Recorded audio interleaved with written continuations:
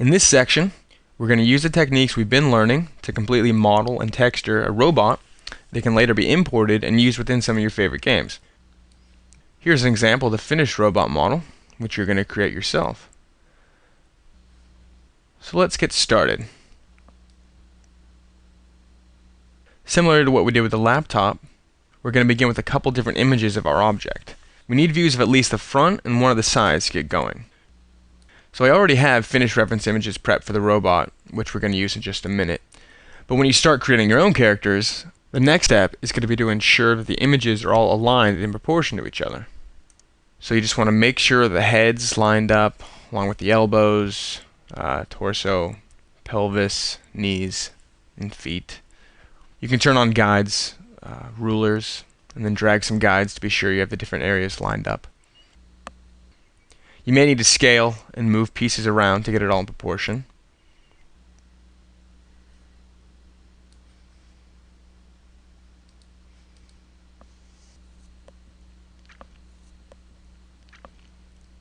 Alright, so when you're done, just separate the images and then save them individually as front and side. And those are going to be your reference images. Okay, back in XSI. We'll get a grid, primitive polygon mesh grid.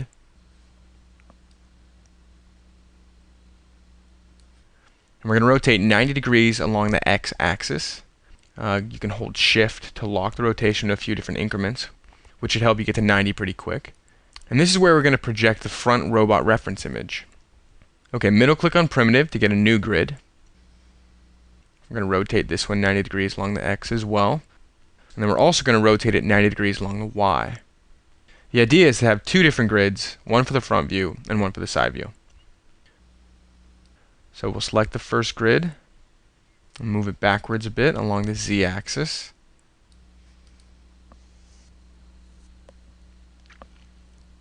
And then move the second grid backwards along the x-axis. Just place them somewhere close to the universe center lines. Alright, switch to textured decal.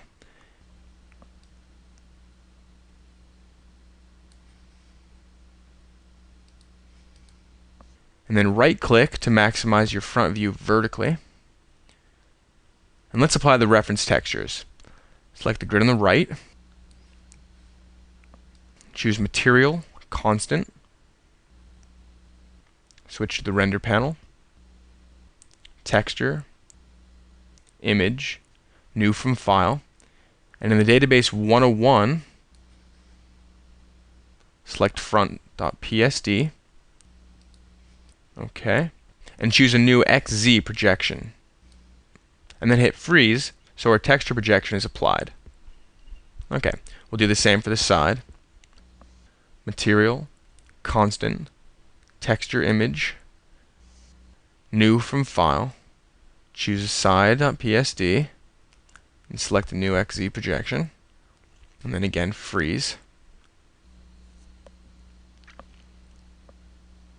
And we might just zoom in a bit here. Good. So you may be asking why we're using grids this time instead of the rotoscope view we used with the laptop. Well, both methods are just fine. In fact, there's a lot of different ways you can get started. But what I like about the grid method is it enables me to place or create objects in the perspective view where I can check my reference images as well as rotate, pan, and still use my front and right views much like we did in rotoscope mode. There's really no true right way to do it. I prefer the grids. You can place them on different layers than the rest of your model, so you can turn them on or off. It's probably best to just try out a few different methods and see what you're more comfortable with. Okay, so let's get started building our robot. Alright, so let's start with our character. We have the front, the right, and the perspective. With our reference images,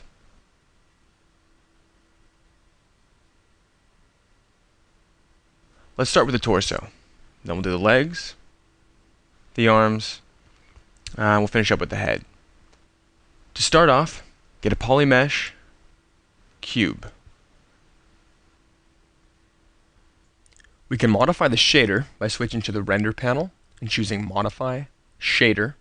Then under the Transparency tab, hold Control and drag all three sliders down to make our cube a bit translucent.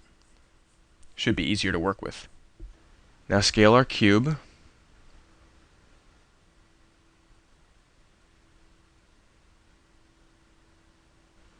More or less to cover the torso area.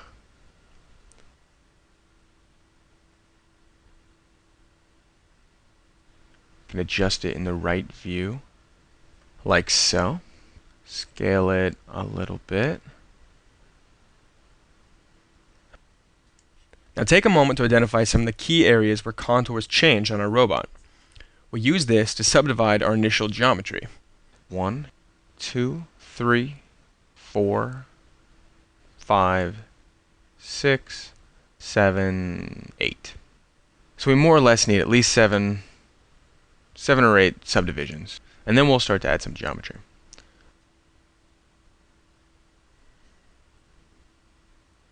So let's get back to modeling. With the cube selected, press Enter to open the Property Inspector, and let's add half of the subdivisions we want now in V.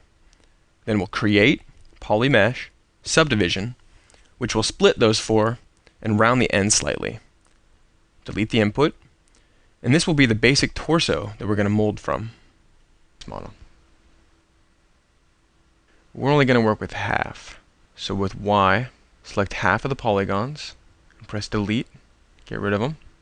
Then at the end, we'll duplicate Symmetry and merge our models. So using the proportional tool, with the M, we can go and start shaping the torso. Try to follow the contours of the image as best as you can with the current subdivisions. We'll add more to bring out the details soon. Let's fit the vertices to the image.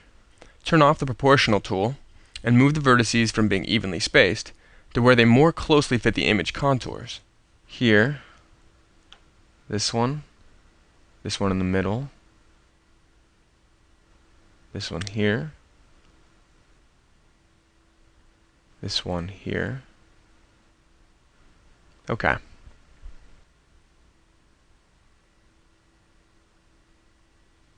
Select this one. Let's try to follow the profile again, like so. This one a little bit more. A little bit inside. More or less. This one's going to go a little bit up. And we'll just start adding detail as we need. Now let's look at the side view. We can start shaping it a bit more. These ones here, and here, and here.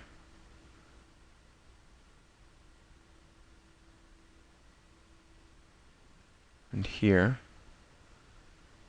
like so.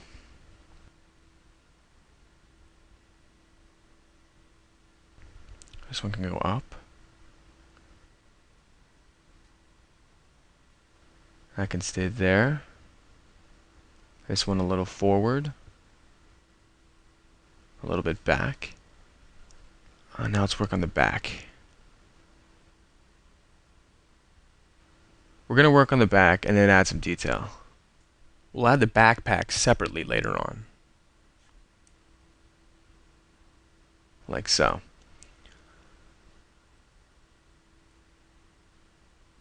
Let's sync this a little bit more to get the waist. Like so. Okay. Now we have the basic shape.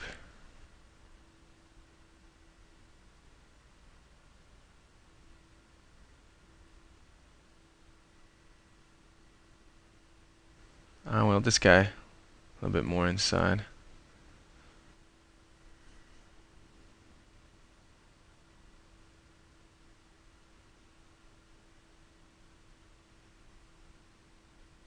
One of the areas that gets our attention when we look at the shape is the waist area.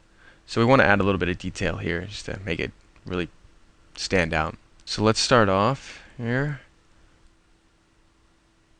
zoom in to this area that we're going to work with here. Adjust them a little bit more. These two guys. And here, and here. All right, let's start by adding the detail here. So select the edge. We're going to subdivide evenly with the edge loop. So we have a new edge that will loop around the model. Select the vertices. Pull them up a little bit. And move these guys out a little more. Like so. So we can add one more here, just to make it a little bit smaller. The split control. Parallel loop, and use the slider to adjust it where we want it. Let's pull this guy a little bit more out, like so. Pull this guy up a little bit. Okay. Now in the right view, adjust the image.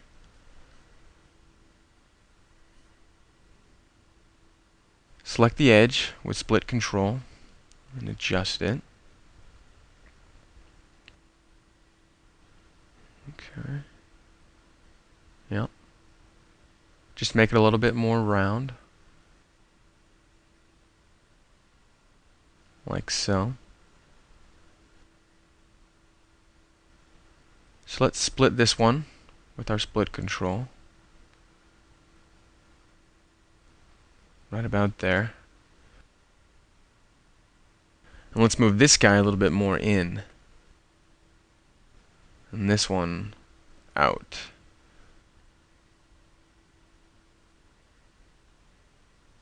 Okay. So we start to have more detail in our shape. So now we have the basic shape of our robot torso.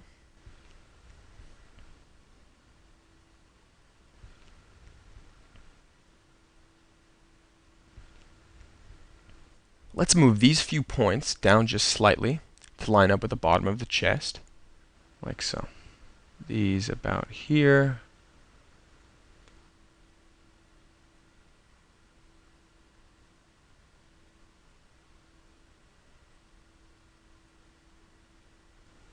Now we're going to draw this edge here, just to get even a little bit more detail. With the Alt and middle click, we select the complete loop. There. Let's lower it a little bit more.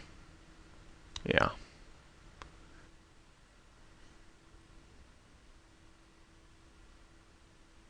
Select this point.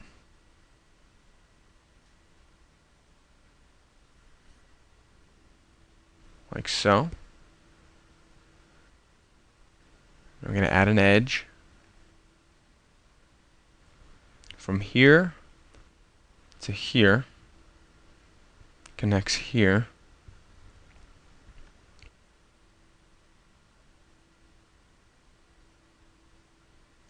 And the backside can stay like this. So let's pull this point a little bit forward. So. And add some geometry here. Parallel. Split control. Like so. And add a little bit more volume.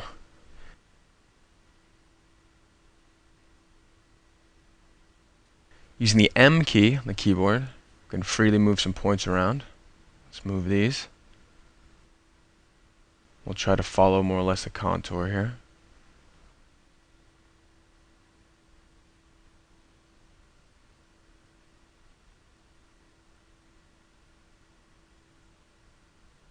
Just keep shaping it a little bit, more and more.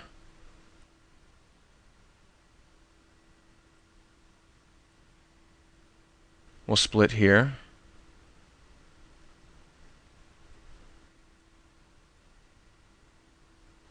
And the same thing, try to follow this contour. Now we're seeing a bit more shape.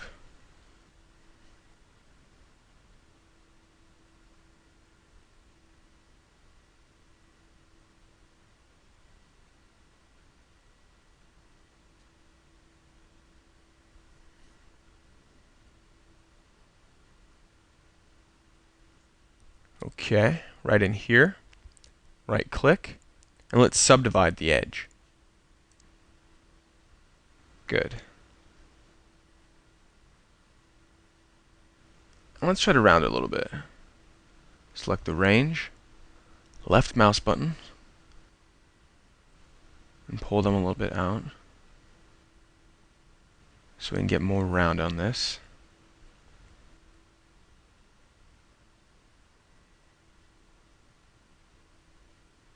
And the same on the opposite side.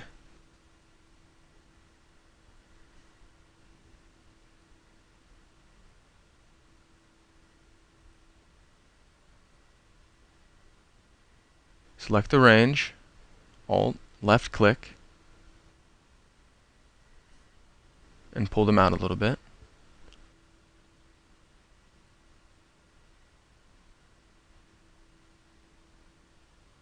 Now we're going to work on the abdomen area in this same way. Let's try to shape it a little bit more.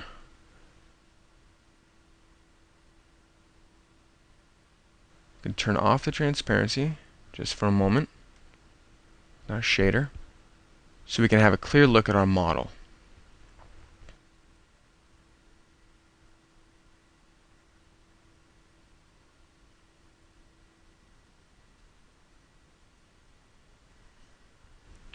We're going to shape it a little bit more.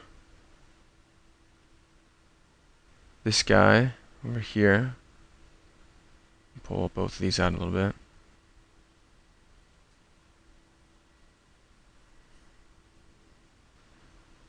This guy here, a bit more. Same thing. Yeah, looks good. This guy we shape a little bit.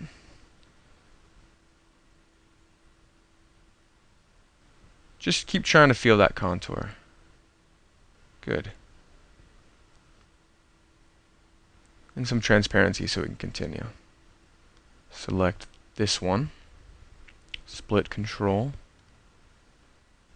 Because we want these borders here.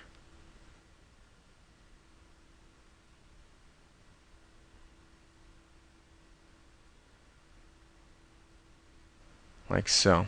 One here. Right about there.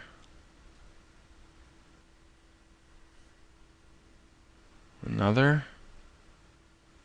Split control. Parallel. Like so. Okay, now we're going to split here so we get more detail when we move this point around. So select this guy, the same thing. That's good. This guy's the same. Now adjust it. Right about there. This guy right about there. This guy about there.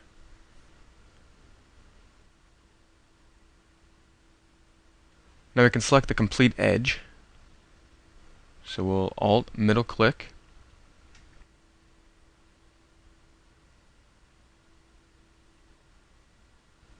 The same with this guy and this guy. Shift or Control click to get multiple. And we'll scale. We're going to go to global and scale uniformly.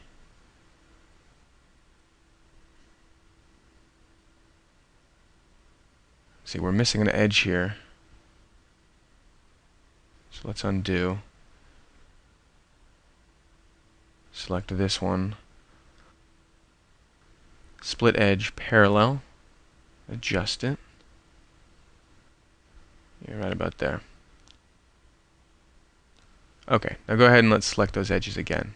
So Alt, middle click, Control, Alt, and middle click, get this one again. X to scale. Scale uniformly. Now that's better. Okay, yeah, we got it.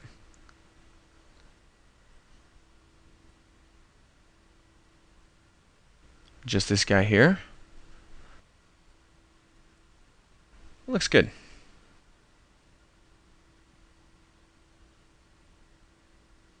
Let's add some geometry in the neck area. We're just going to continue drawing.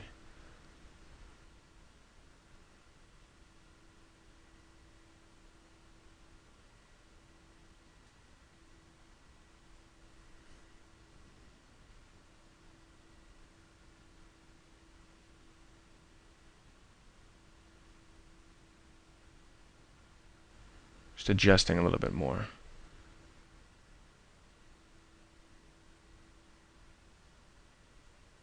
It's probably a good time to save. Save as. Okay. Just make a name for it here.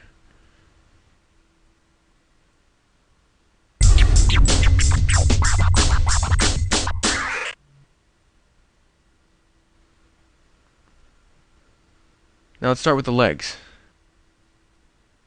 In this case, we're going to use a cylinder to start off.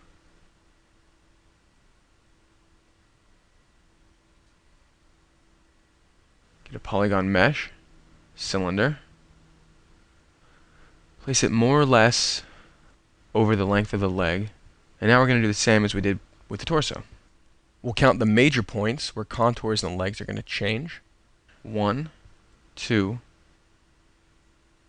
3, 4, 5, 6. So more or less 6. We're going to work on the shoe separately later.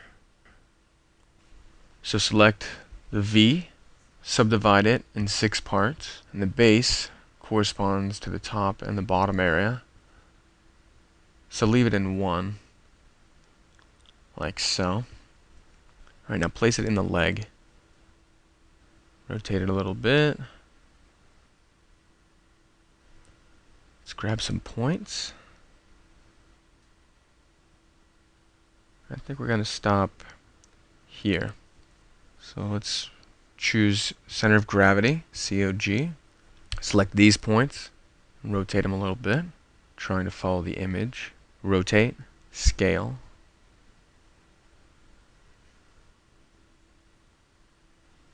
Scale a little bit more. Go back to local. Like so. We'll work on the hip in just a minute. Okay, let's look on the side view. Like so. Next vertices.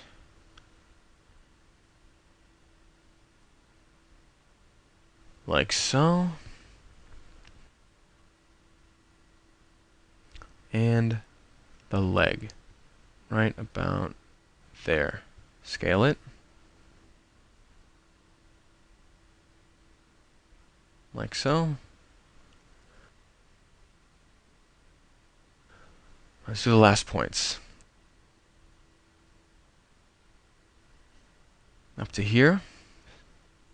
Scale it and adjust. The next one's right about there. Scale.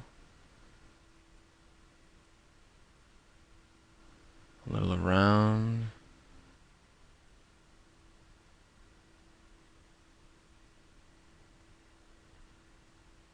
Good. Right about there. Just keep moving the points to follow the profile.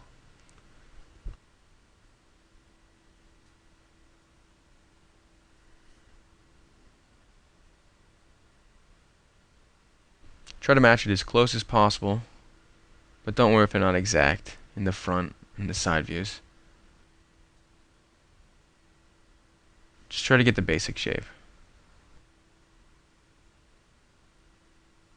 Like so.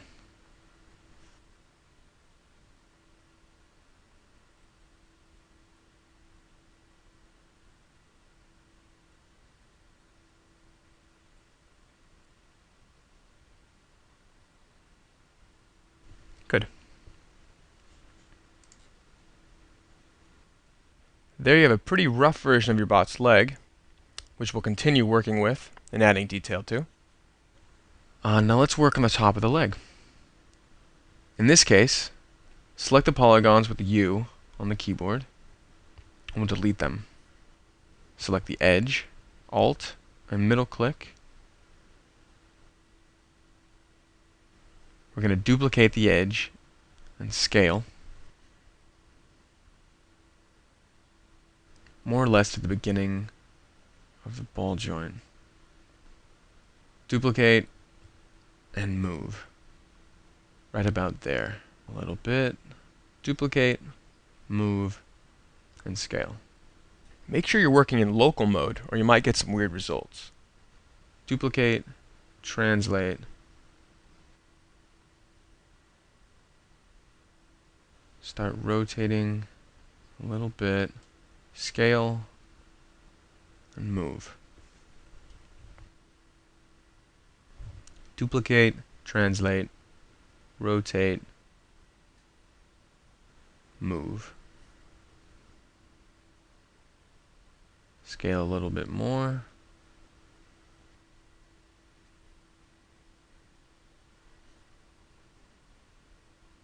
And we keep going just to get the shape.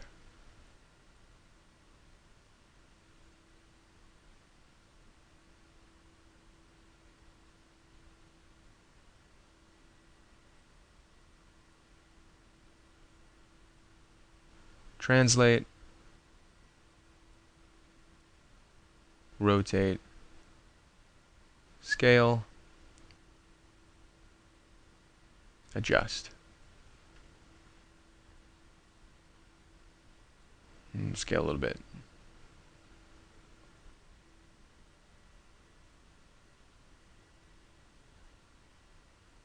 Try not to get edges over other edges.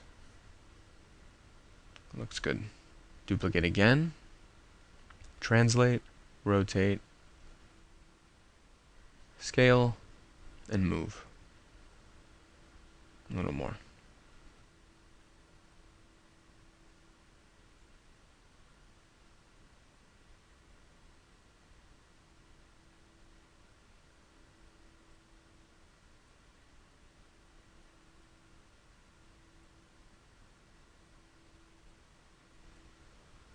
Up to about here, I guess.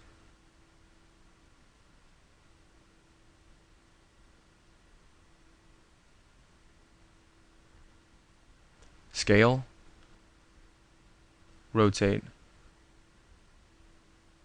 translate.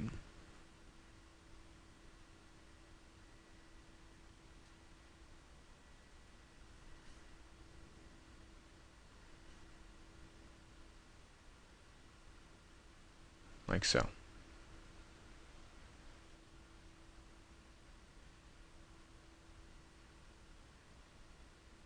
Right, so we got the shape.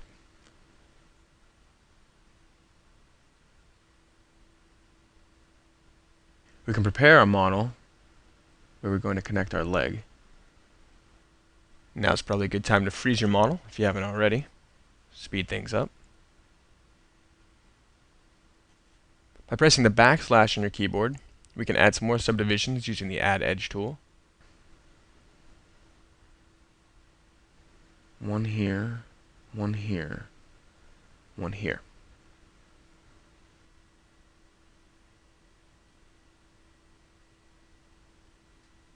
We can add an edge from here to here. Drag it open. Open a little bit more.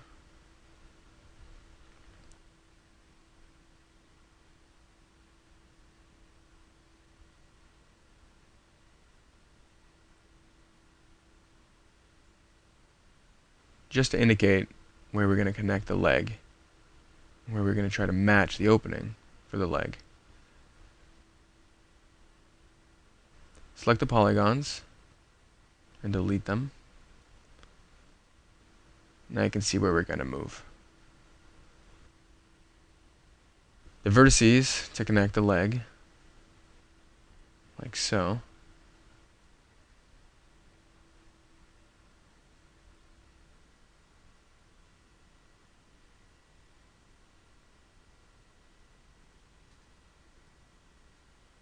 We will leave it indicated and merge the pieces together later.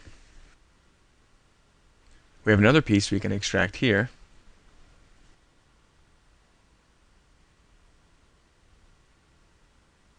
And the shape goes more or less like this.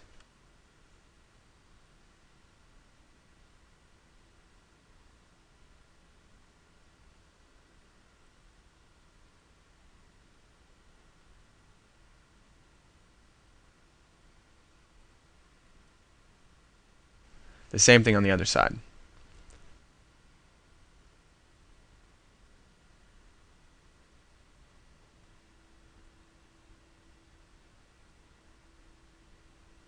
It'll be less difficult if we remove transparencies. So select the shader, transparency turned off. That should do it.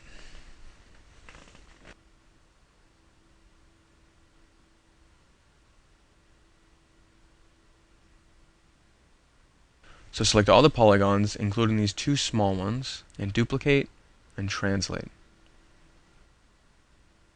And we can adjust with proportional turned on. R for radius. Now just shape it up a little bit. With the proportional,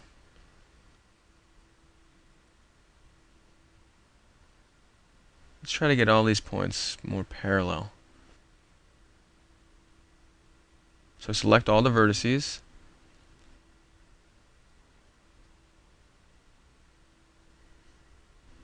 And let's scale numerically to 0. Like so. The shape is not very good, but we can start to clean it. Move. Translate.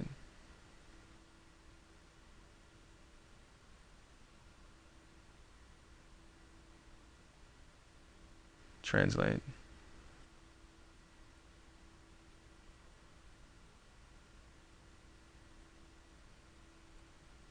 Looks better now.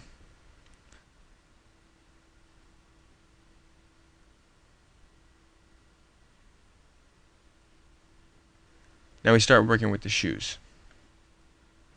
Let's first get the basic shape of the shoes, and then add this detail here. We can work them separately.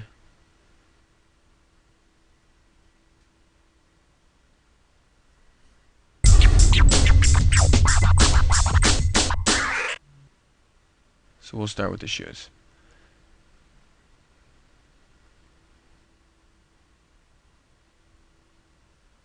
Start with the cube and extract. Polygon mesh, cube,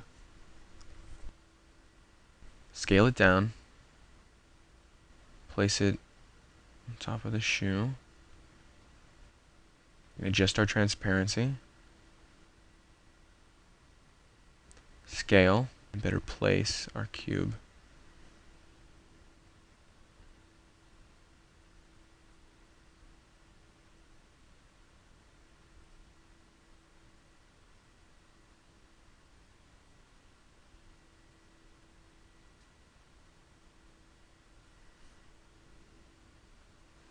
Try it again. Adjust to the correct size, like so.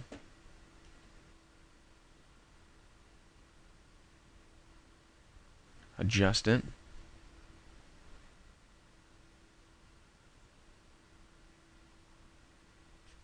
A lot of parts are going to be intersecting here, so let's pay some special attention to detailing in this area.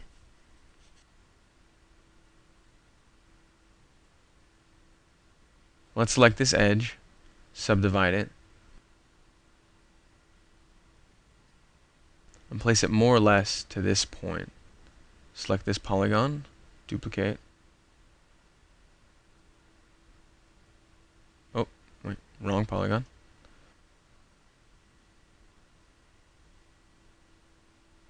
This guy. Okay.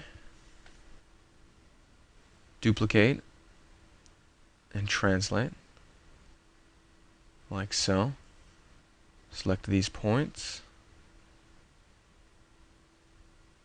Move them a little bit. Select this point. Select these points. Select the edges. Select the polygon. Duplicate. Let's align it to this border here. Good.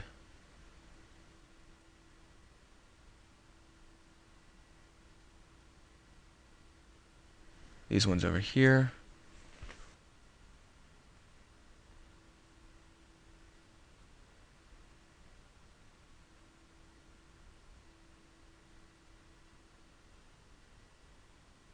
With Shift Y, select the polygon, duplicate, translate.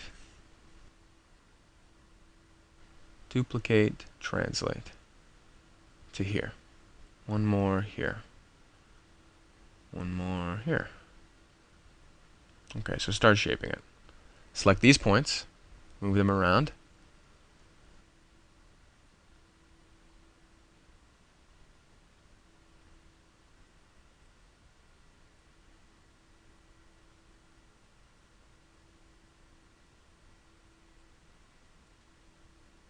It's a little bit square, but we'll continue checking it.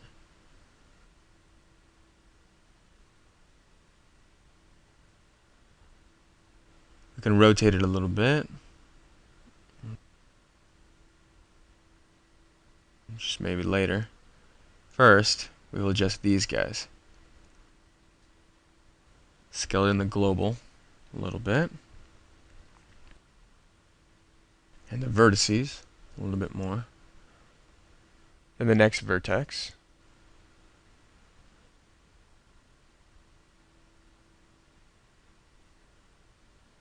The same with the back ones.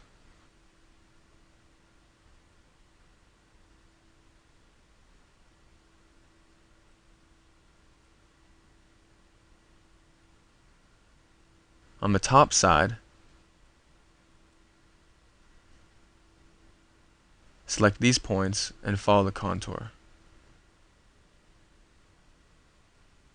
Like so. Just like the image. But select these points and move them down a little bit. Just these points. A little bit better.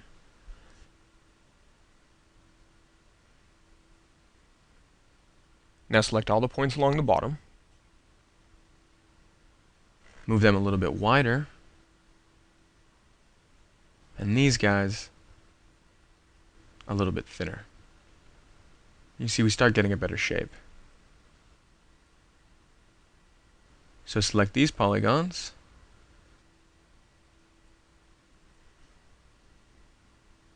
These guys here. Duplicate and translate.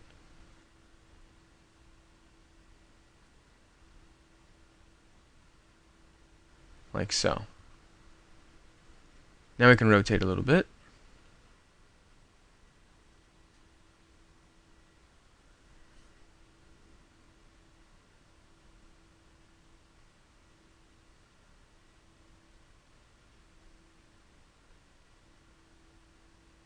This vertex,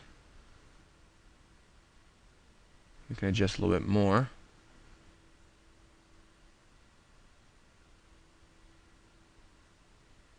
Same with these two.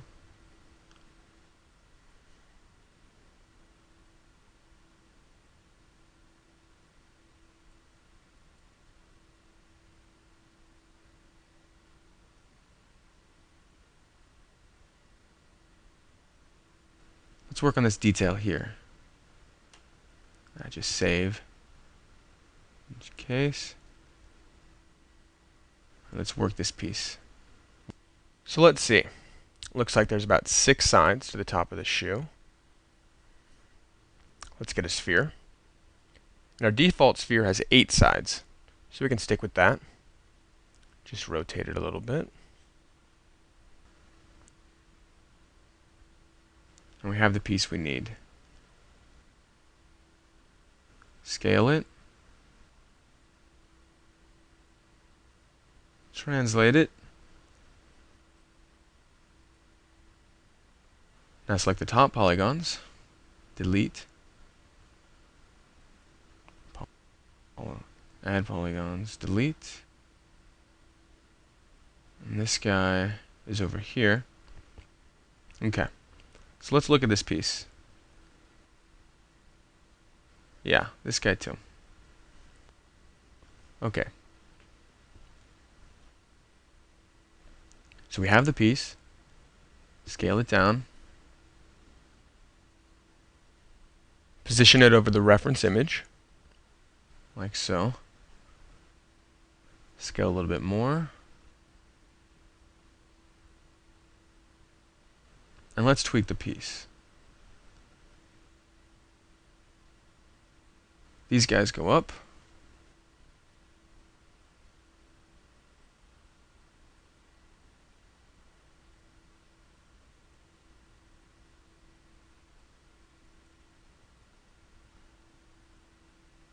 Scale these ones. Translate.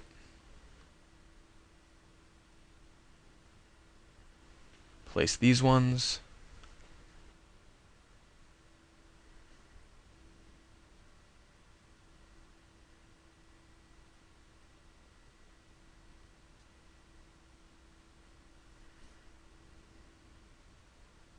If we turn off the transparency for just a moment, we can get a better look at where the problem areas are, where things are intersecting. Middle click, select the edge loop, scale it a little bit.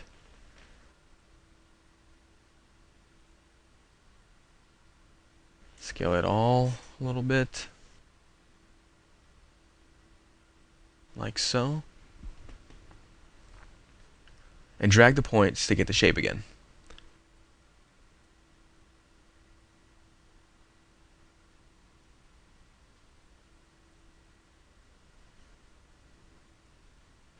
Right about there.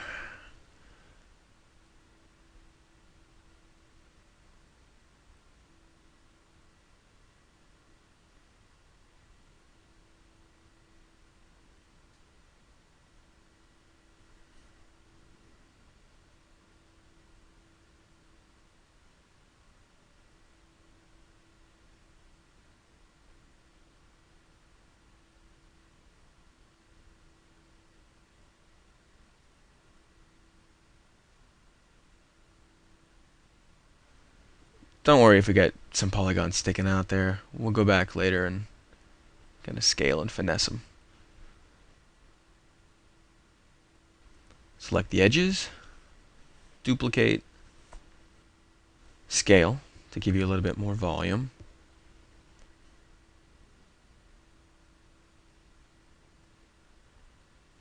Select the edges, duplicate, scale them, duplicate, translate. So now I can get this piece over the glove. Using our proportional tool, just start getting vertices inside the object. Like so.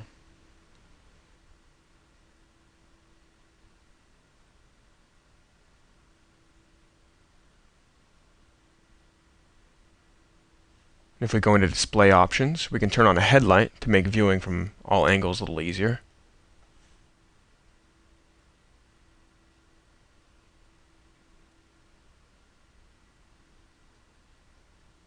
We have a piece there.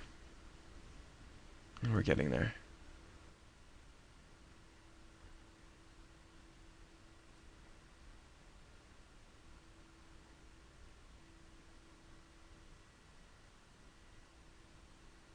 We can add geometry to the leg later on.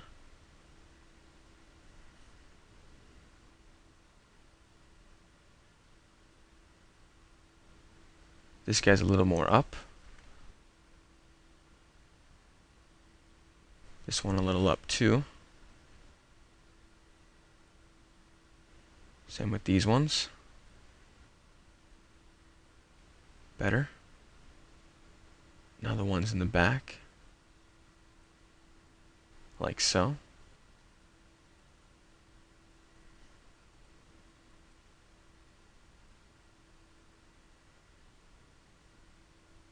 Start with the arm.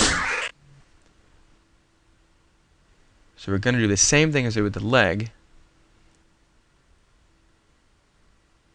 We can still continue to tweak a little bit. Okay. Alright, the arm.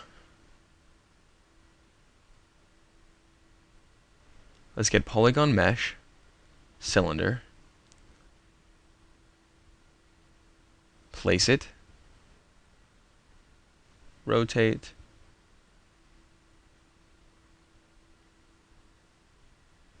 and scale it. Let's see how many pieces we need. The same thing we did with the leg and the torso.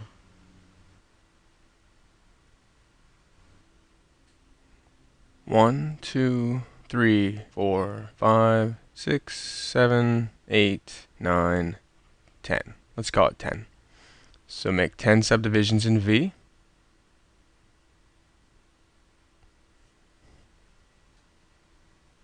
Okay. And place it back over the reference image. Zoom in.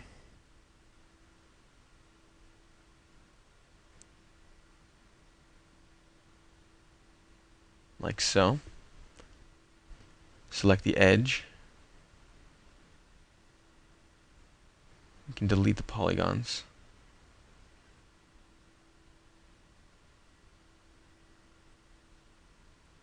So select the edge again. Move. Scale it. Rotate. Place it in the middle. Right about there. Scale it a little bit.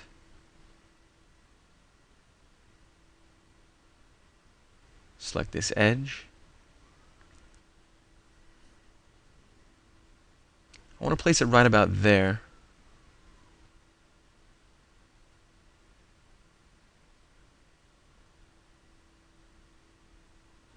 I want to start with this guy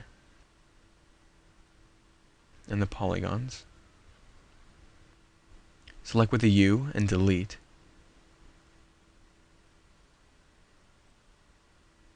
Alright, let's move them local.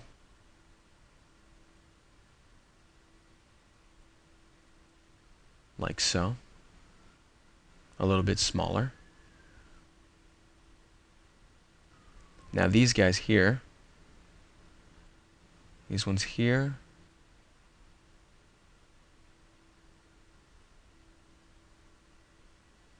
These ones here. A little bit smaller.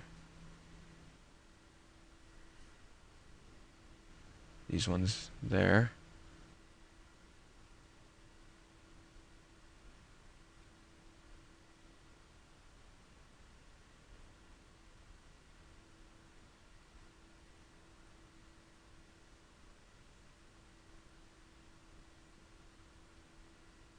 A little bit smaller.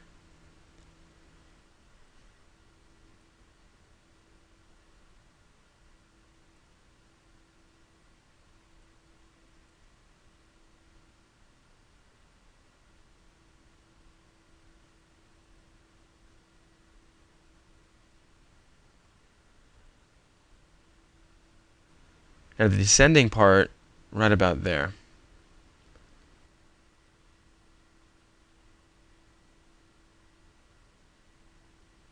So we start off with the profile. Let's look at perspective.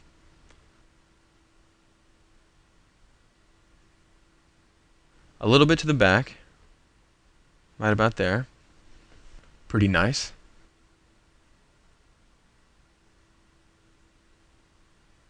Select these edges, duplicate, scale, duplicate, move,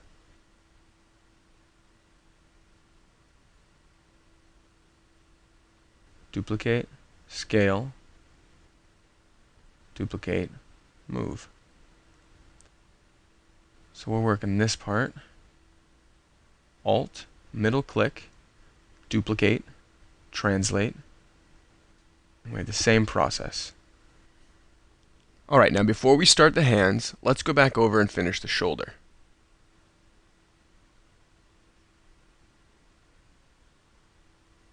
Duplicate, scale,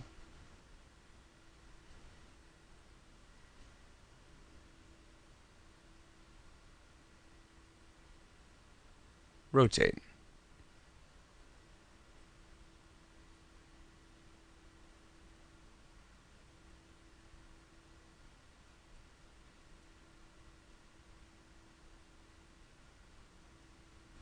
We can leave it there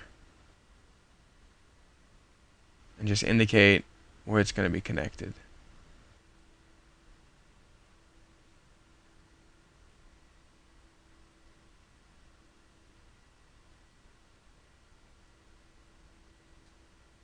Right about there. Nice.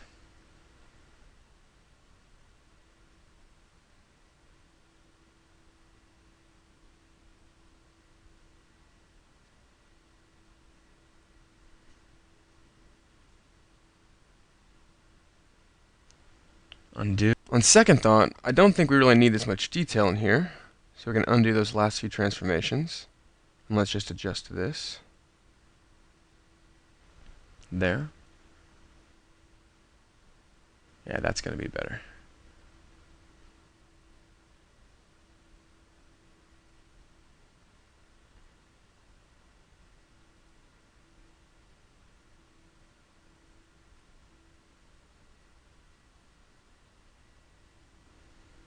Alright, so let's get this piece. With Polygon Mesh, N, which is the Add Edit Polygon tool, let's start adding polygons. And we're going to start closing up the piece. The same with this. Click to close the polygons. Select these polygons. Duplicate and move.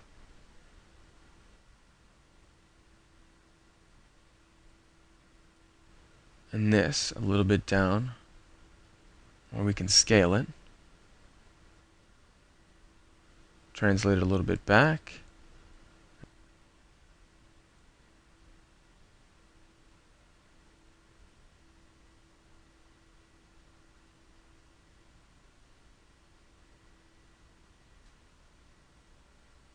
And scale it like this. Move.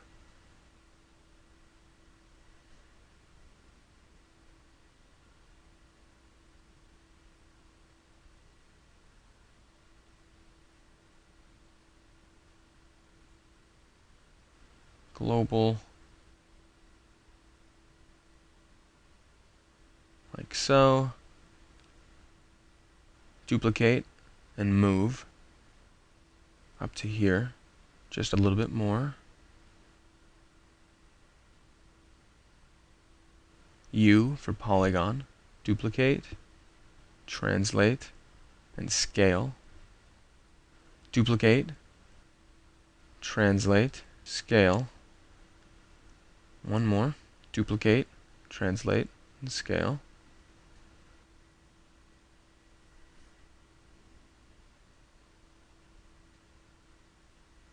We still have one polygon underneath that we can use to make the hand.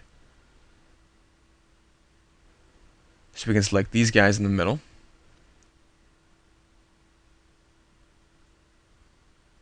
And we can subdivide it so we can place the hand. With the control, I have a temporary snap. So let's add an edge here.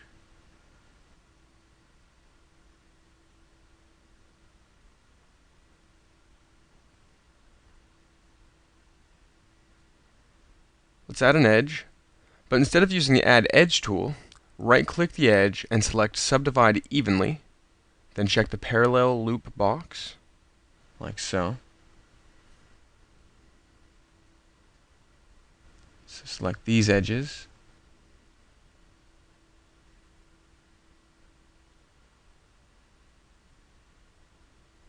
This one, and move them inwards.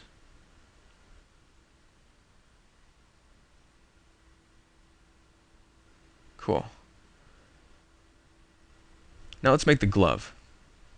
Set up polygons, close. One here. This is just starting off the hand, which we're going to extrude this way, and curve downwards. Alright, let's start extruding.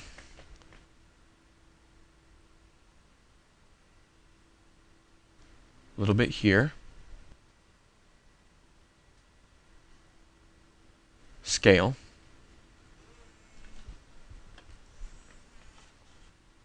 Better yet,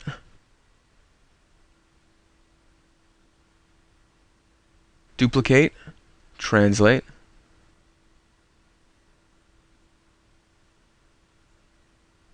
duplicate, move, duplicate, translate to this point.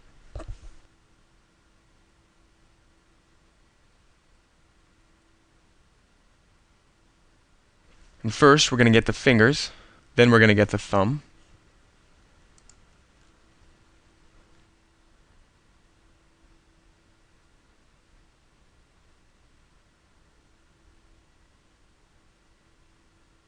Duplicate,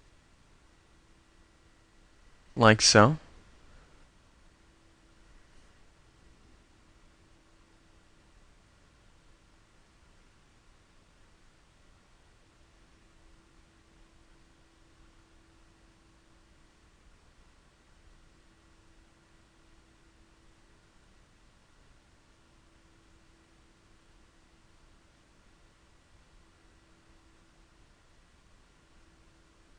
To form the curved hand of the robot, just keep duplicating, translating, rotating, and scaling.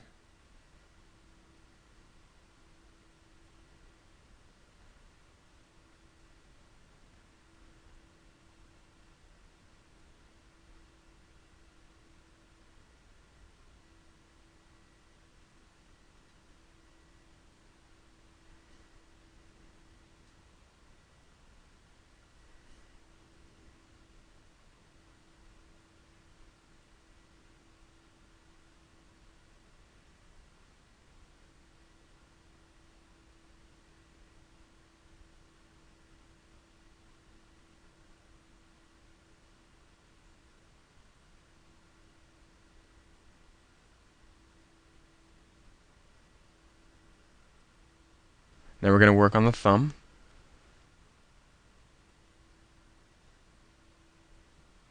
Let's subdivide by adding some edges in here.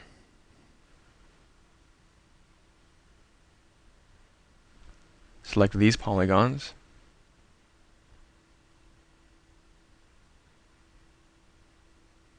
Like so. A little bit smaller. And we can draw a curve and extrude along the curve. So let's try it out. Curve. Now let's draw the thumb. So select these thumb area polygons, right-click, and choose Extrude Along Curve. Select the curve, and there we have our extruded thumb. Now we can transform it a little bit and scale.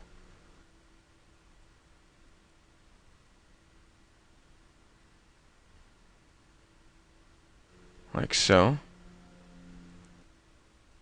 And we can add subdivisions But I think we're good with the ones we have. Yeah. Yeah.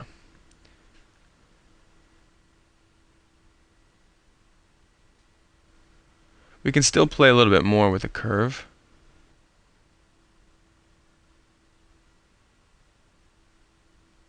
Just make it a little bit more like the thumb.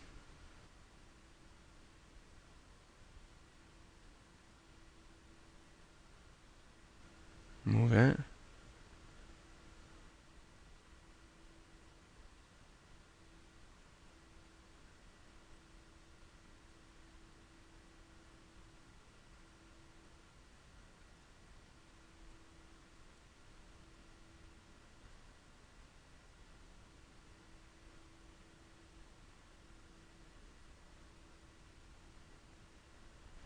So let's remove transparency again, our shader, and get a better view of what we need to adjust. In this case, here and here. And we're going to make the glove here a little thicker. So move to proportional.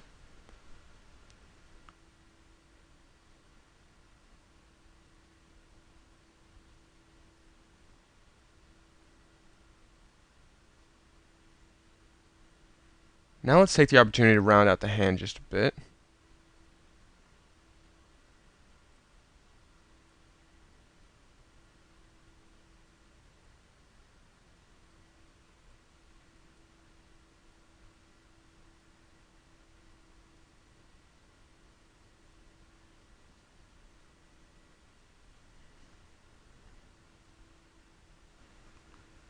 And with Control, Alt, left mouse button,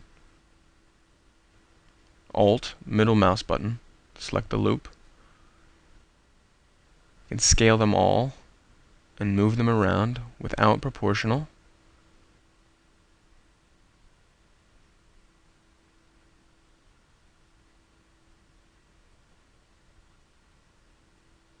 Like so.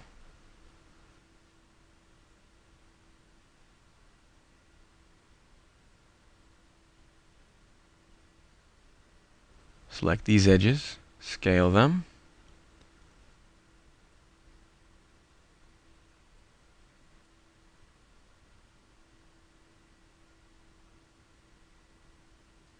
We want to even out the width and the thickness of the hand all the way through the arc to make it more consistent.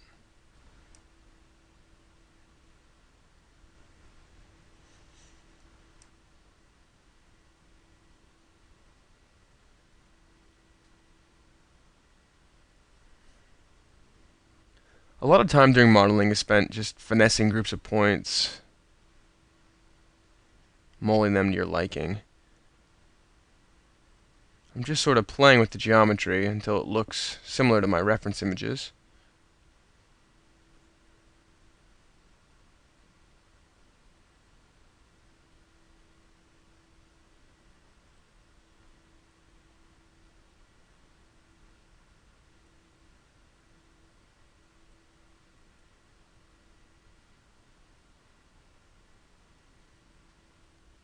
You may want to zoom out a bit and orbit around to see how smaller parts of your model look in relation to the whole thing.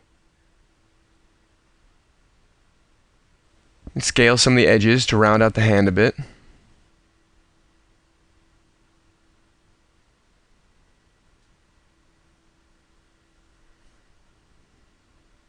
And you may want to turn on proportional just to help bend it a little more believably.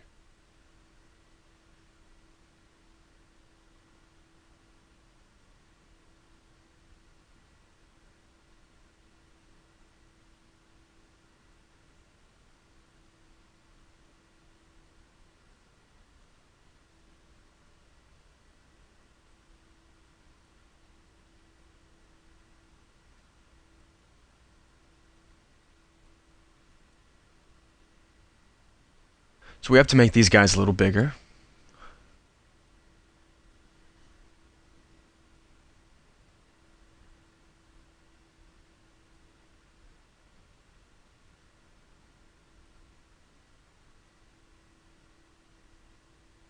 These two guys here with our proportional.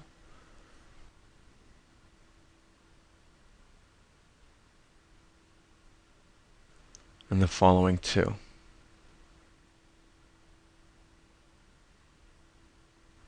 This guy inside, the small one here, and these two guys here.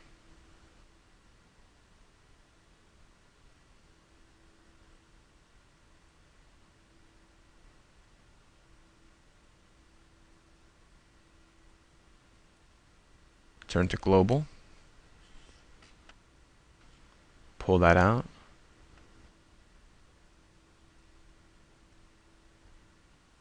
I have to fix this point here.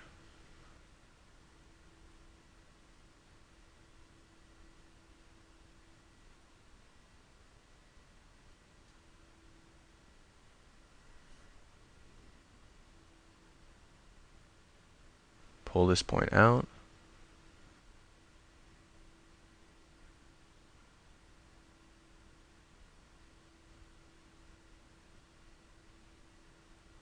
And this point the same. Better. Alright, now we have the glove.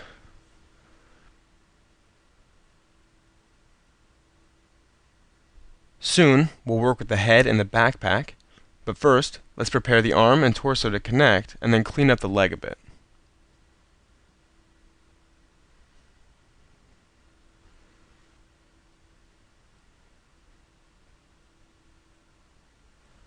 Remember, we have the three manipulating options if we press our M on the keyboard. In this case, I want to move the point, but still preserve the shape. So select the edge,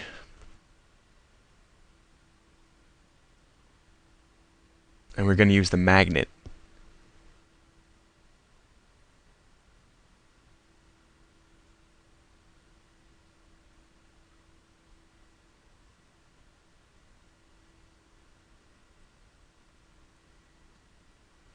We move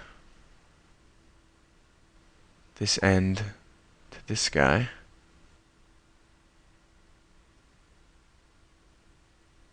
Like so.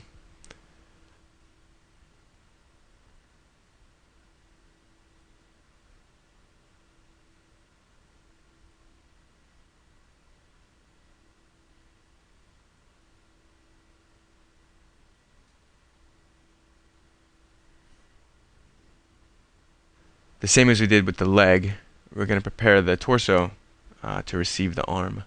To do so, we'll need to add some edges and remove a few polygons where the arm will meet the torso.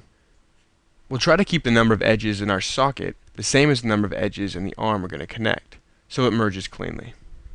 And let's adjust. Here, here, here, and here, and here. And close a little bit. Collect the inset polygons and delete them.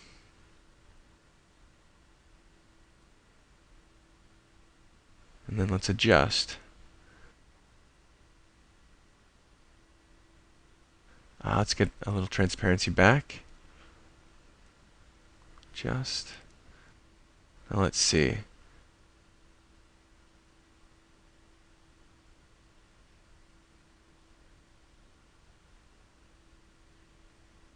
We have the two pieces selected. Zoom in a little, and you can see where we're going to have to connect the pieces. Let's just get them close.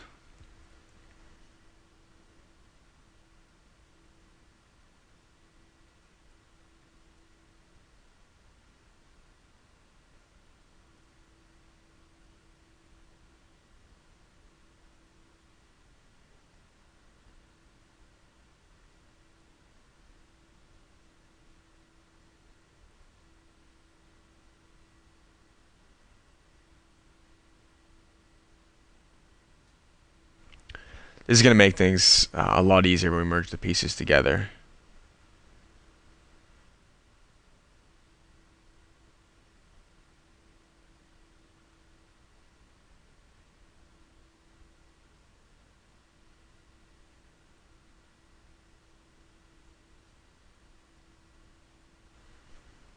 Move the magnet too.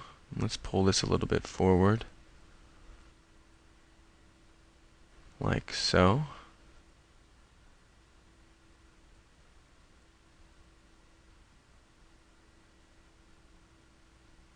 That looks good.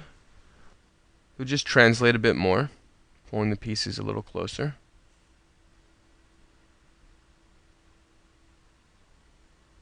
This isn't completely necessary, but it's going to make it easier. You won't have to spend nearly as much time after the merge straightening out renegade polygons.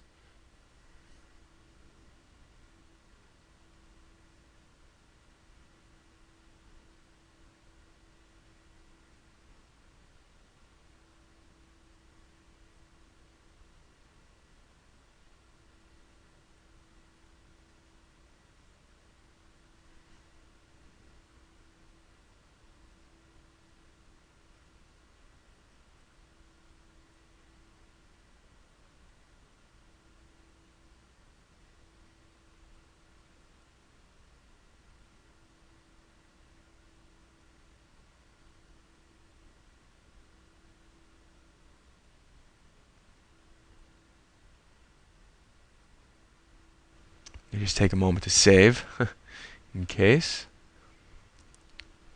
And now let's go back and see how we can improve on our leg.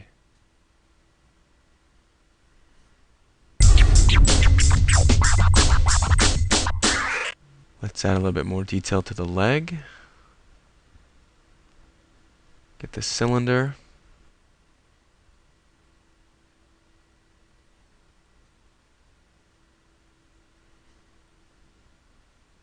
Scale it. And place it. We only want one subdivision. So let's scale it.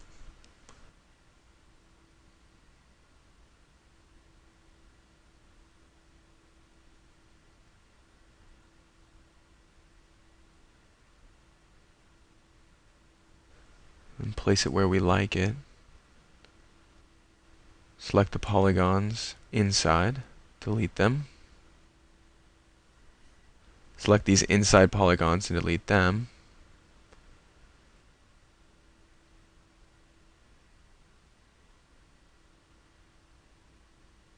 Place the object.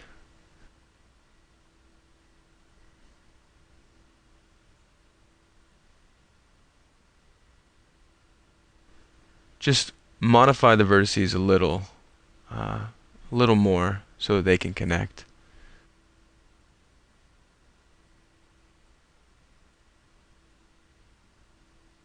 Like so. And right there. Good. Now with the two pieces selected, let's adjust the connecting vertices a little bit more.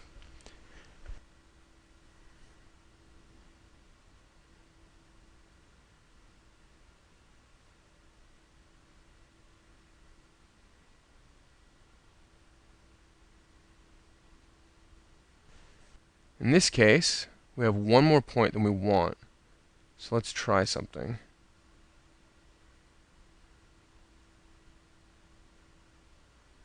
We'll remove the edge we don't want by using the weld tool to merge the points we don't need up with the ones that we do, or by selecting the edge and deleting it. And do the same thing. Select the edge and delete it. Without the weld, select the edge again. Without the weld, leave it ready. Like so.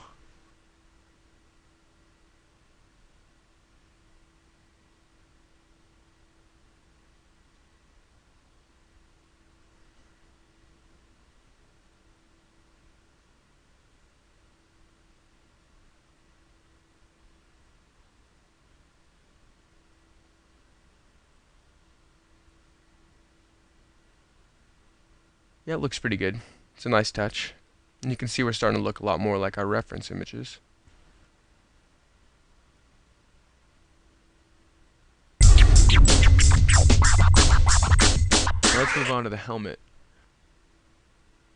We're going to start with a separate model and then merge them together. So we'll get a primitive polygon mesh cube, scale it down, kind of align it over the head. Then we're going to create a subdivision, hide the input cube, and scale the new subdivided object to the proportions of our head.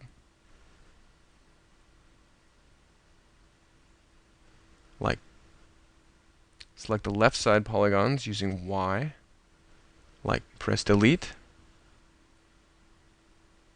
Let's go to our shader and slide the translucency and the colors there. Adjust the points.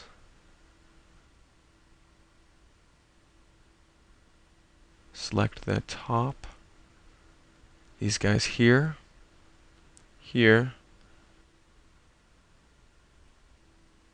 These guys over here.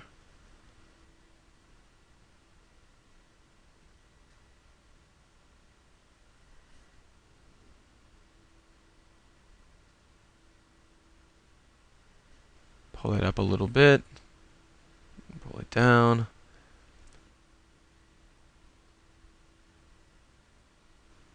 Now, here's our basic shape of the helmet.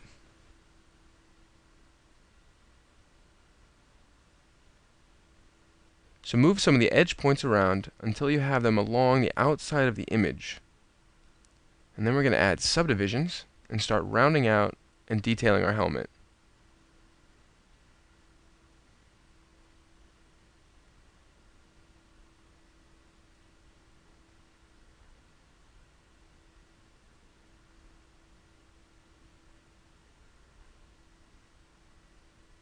So let's start with one of these edges. Split evenly, subdivision. Let's start placing these points around.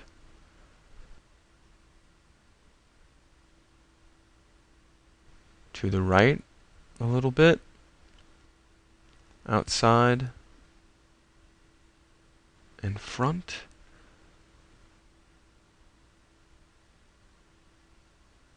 This should be a little bit outside.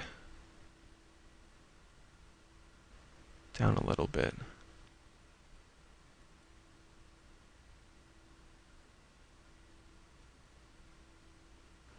With this point, we start rounding the helmet a little bit.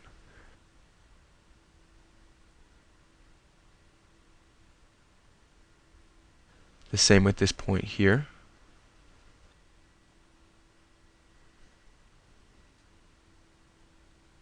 So let's pull it up a little bit.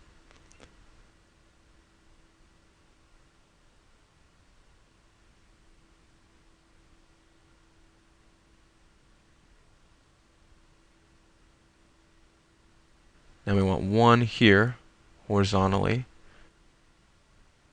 to shape out the visor. So we start by selecting this edge, split here, one connection here. We can split all the way back to here, into the back.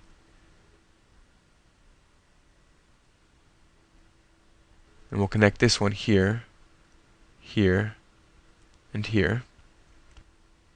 This one here. And we'll make the shape a little later. Just try to follow the profile. Here, here, and here. Here to here, split here.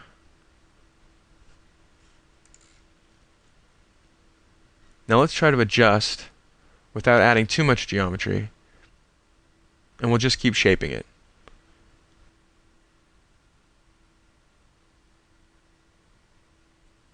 In this case, the visor, which is the more important part,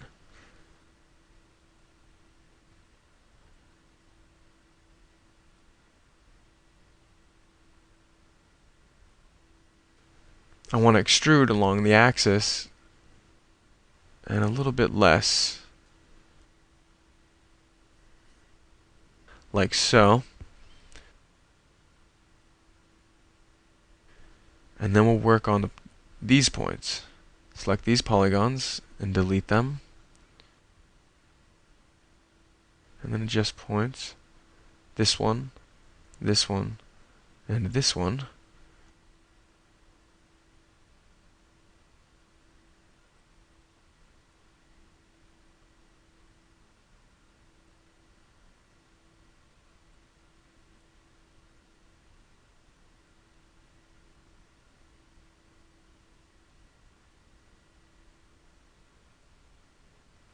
Now we have these polygons over here that we can extract a little bit with these guys here.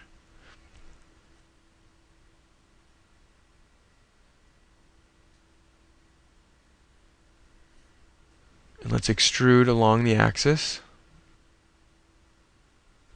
Just a little bit.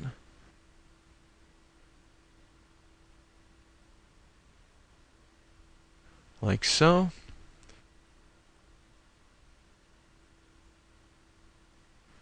Good. Looks good.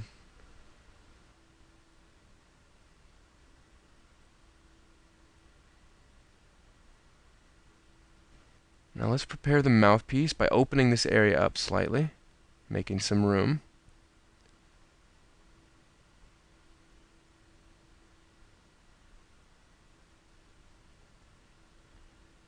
With proportional on, let's just keep shaping it.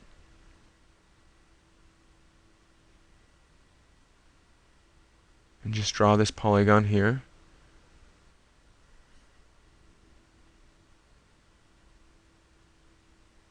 It's pretty difficult to see it in the drawing, but I have the action figure here with me.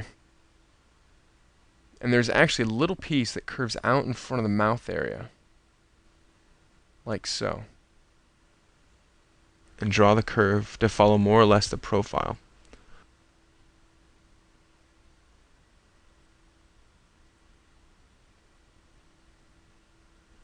Like so.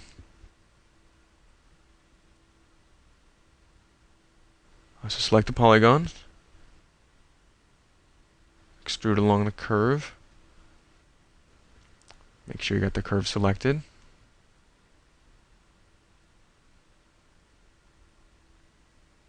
There you go.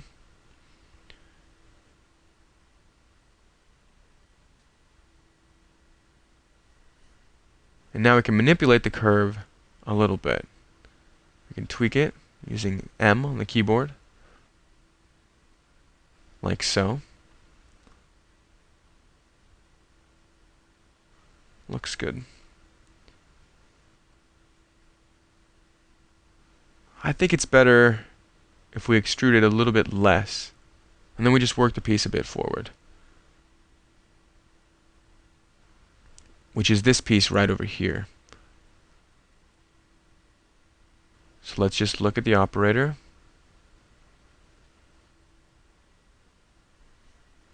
And adjust the end. We can make it smaller.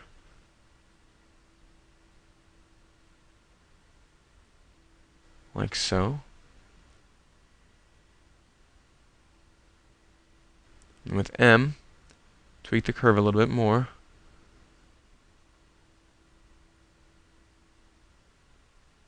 Like so. Now with this polygon, we can continue extruding pieces.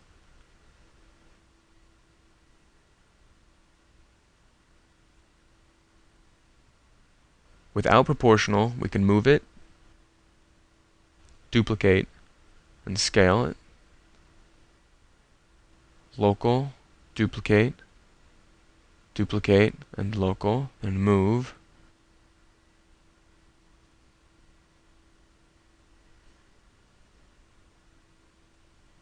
Duplicate, scale, duplicate, translate.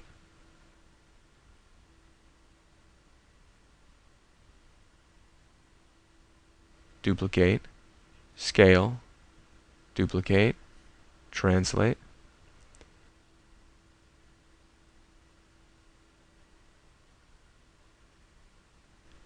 It's going to look good.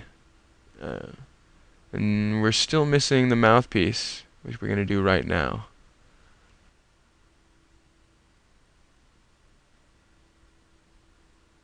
It can be created from this piece here.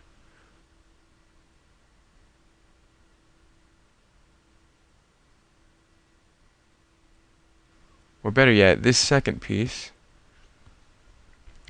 So extrude along here and connect it in the middle.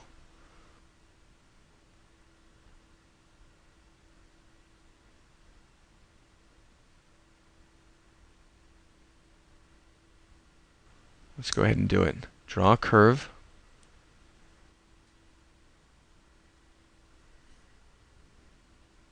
Like so. A polygon. Right click. Extrude along curve. More or less. So we can now adjust. Select the curve. And let's tweak it.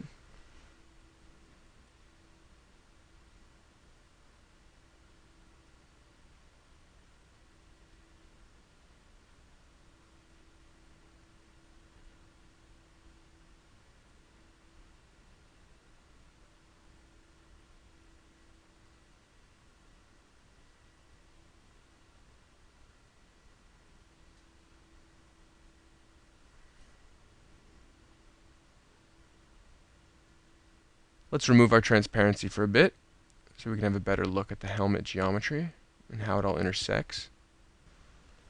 And we can continue to adjust.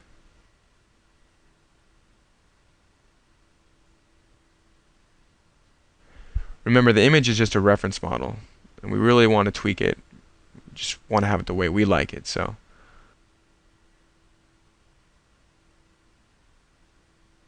Don't have to be exact, but it's looking pretty good. Just add a few more subdivisions. Now open our operator. Let's add a little bit. Like so.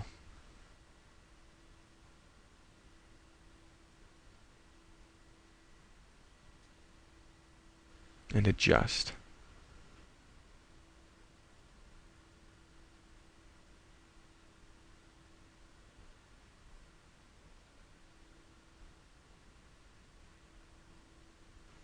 Let's move this a little bit. Without proportional. Like so. Not that much. A little bit less. And down just a bit. Because the shoulder limits some of our helmet visibility, I want to talk real briefly about the Object Explorer. The Object Explorer comes in very handy for complex modeling projects. Select the helmet and press Alt-8. You expand the window and switch to a textured decal to make everything a little easier to see. Okay. We can single out individual objects, orbit around them, zoom in and out, all without disrupting our main scene. Underneath, we're going to use the Add Edge tool to create more subdivisions for our neck. Add a bit more geometry. We can add a little bit more geometry. And in here,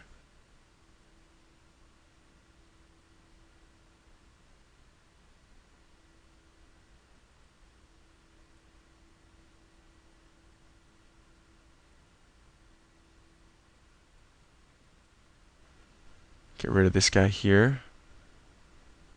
And from here to here, just to make it a little bit rounder.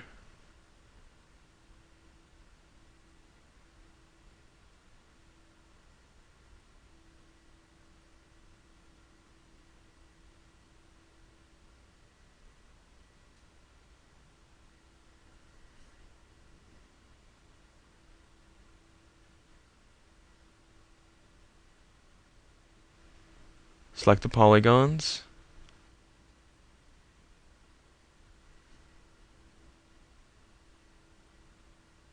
Duplicate, translate, scale them a bit. duplicate, translate, duplicate, move, and scale. Duplicate, translate, and scale.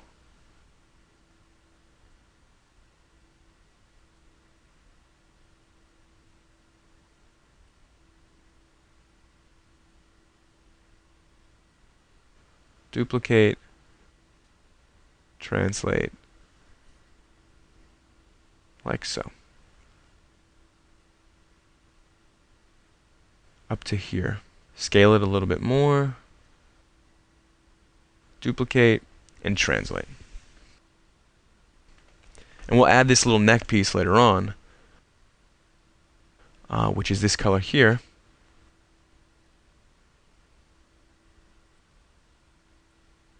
So we can scale it even a little bit more.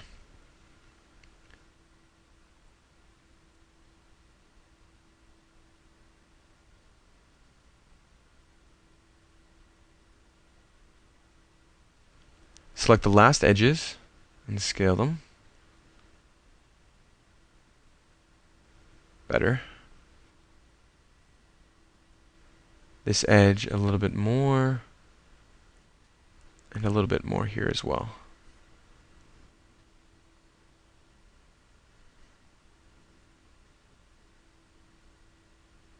Good. So with proportional on,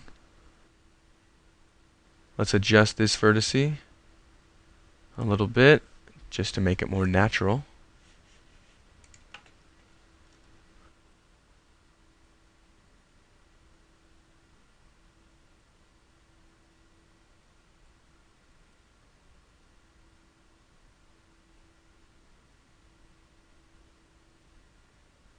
So select these polygons on the inside, and we'll delete them. The ones on the bottom too, delete them.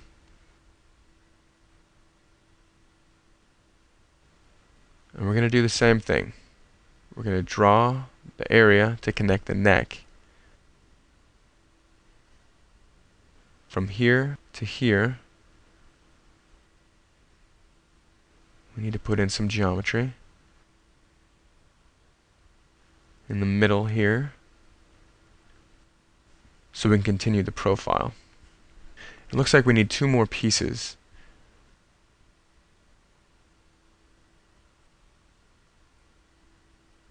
We can connect from here to here, and from here to here, which is from the profile. Select these polygons and delete them. And let's just adjust the profile a bit.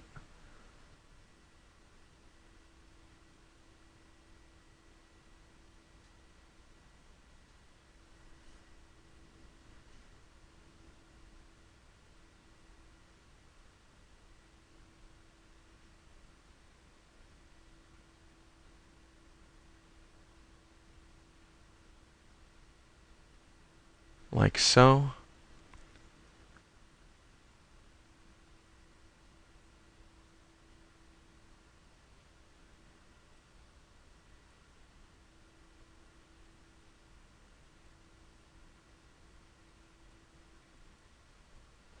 Okay, now let's add a bit more detail to the visor area of the helmet.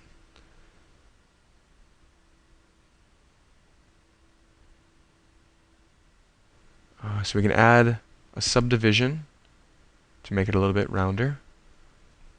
We can press the backslash on the keyboard and add edges.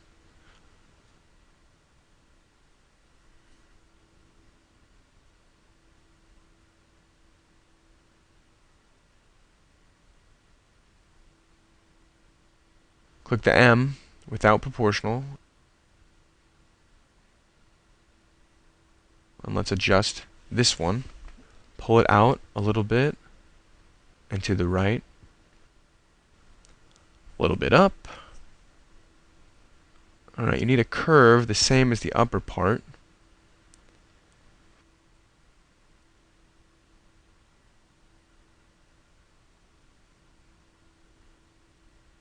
It's as important. If we see our history stack, we have a lot of stuff going on. We've been moving things around and it just makes things slow down. So go to freeze modeling, and now you see our refresh rate is much faster. That's much better. Okay, and we continue. Adding some edges.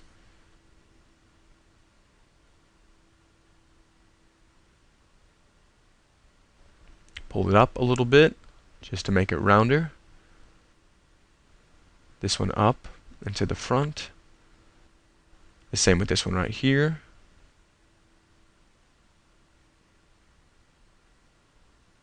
A little bit more up.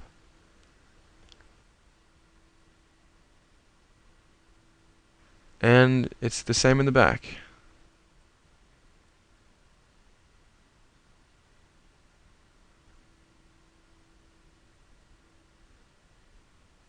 Let's start with this vertex. As you see, now I'm not using much of the reference, but I'm just trying to make the helmet a little bit more round. Just by moving these points over here. We don't want to add, a ton of detail since this is a game character. We'll be using him later. We just want enough detail to make him look good.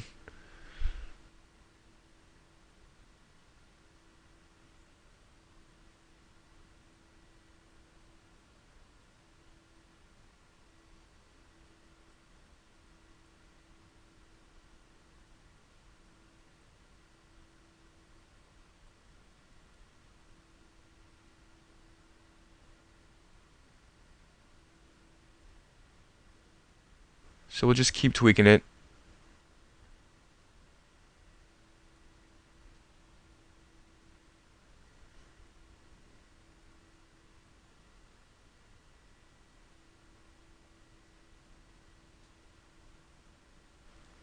And let's do the same thing with the visor.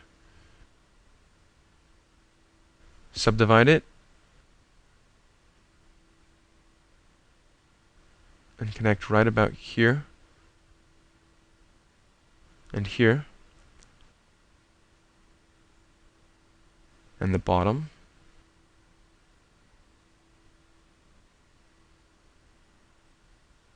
Like so.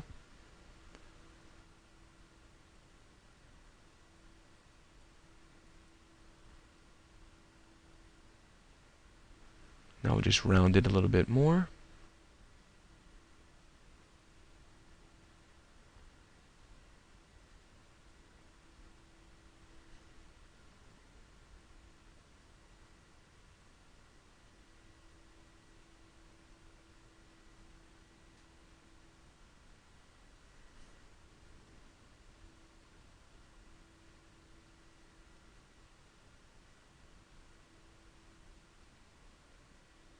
There we go. Another nice chance to save. Okay.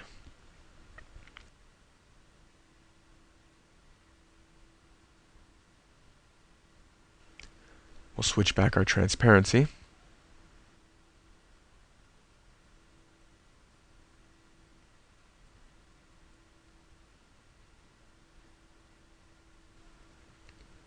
Now looking at the reference model, the helmet needs to be a little bit more pointed.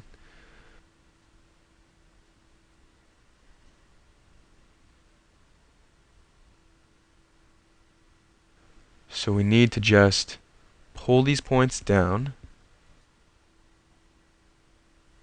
and adjust a little, like so.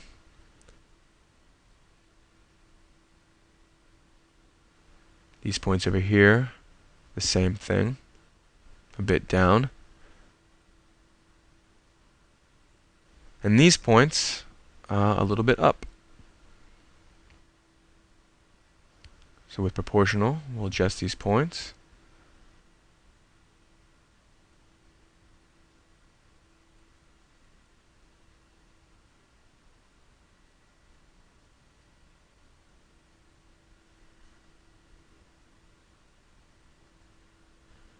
Now let's extrude this little guy right here.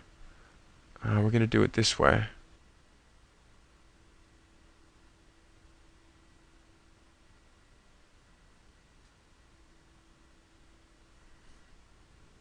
from here to here.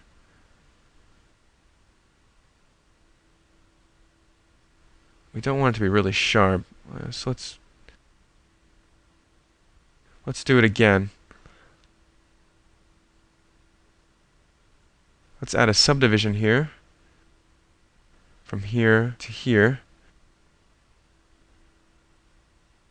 Zoom in a little bit, and from here to here. So just the beginning and end.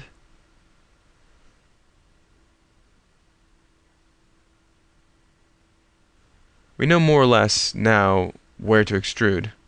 So select the polygons. And let's draw a curve. From here to here to here.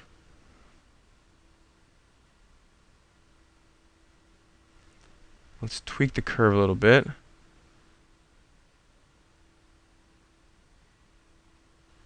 Let's add a point in the middle just to make it even sharper. And adjust the curve a little bit more. Like so.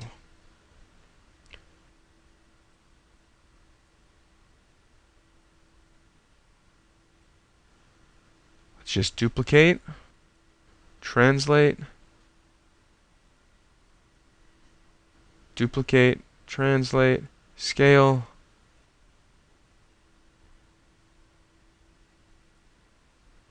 duplicate, scale, rotate a little bit,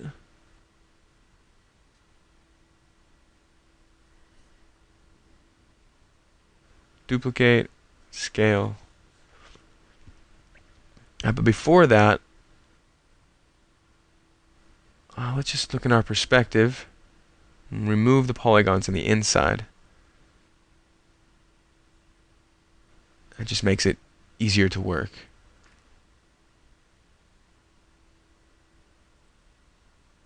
Like so.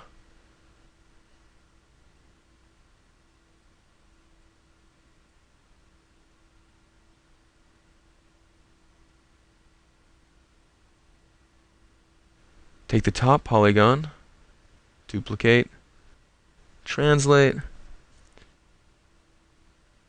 Better yet, before duplicate, we can just adjust a little bit here.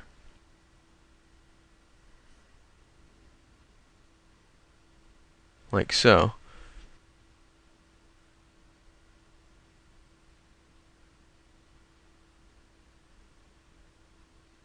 Now let's duplicate.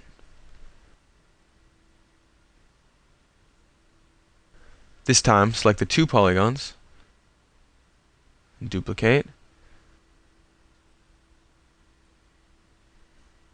and move them like this, and then select the point in the back, duplicate, and move,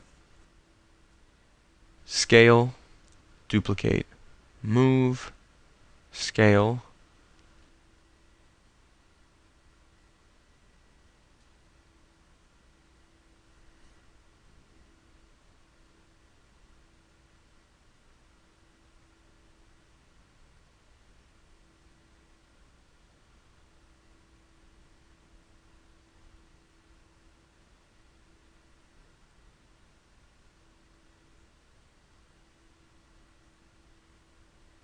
let's get rid of these polygons. Goodbye.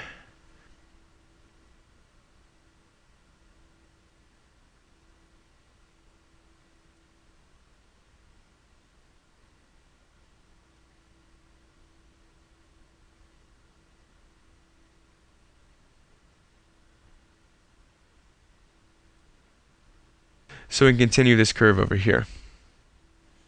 Connect these points.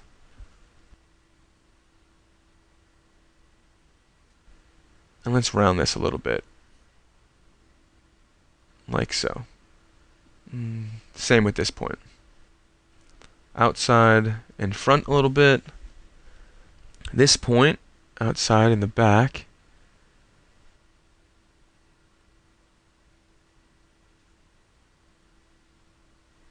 I can delete this polygon here and connect this one to here.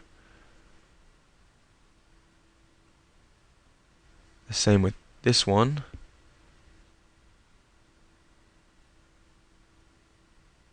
This would be better to have a triangle, but let's just delete it for now. You can see the polygons that have kind of an odd shape.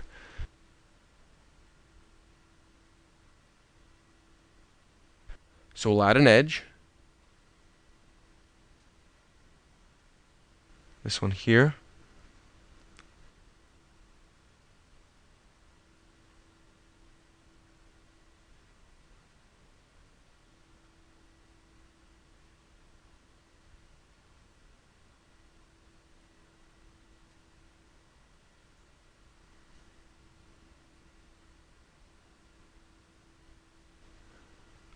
We're using the backslash to add points. Four-sided polygons are more efficient when we render, and triangles are going to allow us a more rounded helmet.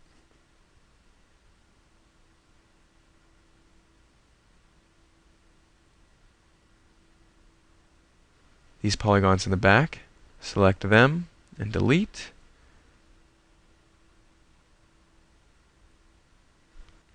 So select the edges of your inside polygons, and we'll align them all to get them ready to connect with Symmetry.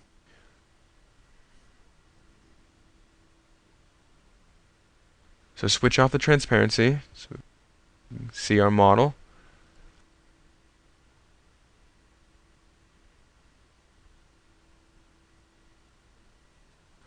Remember, again, it's a game character, so we don't have to add a whole lot of detail. Doesn't need to be perfect. And once we add the texture, it's going to look a whole lot better.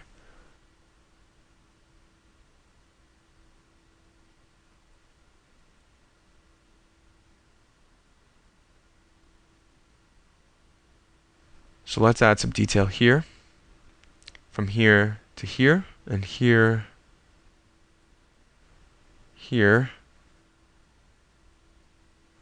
like so. Select the loop from here to here, this guy here, and let's just move it a little bit out.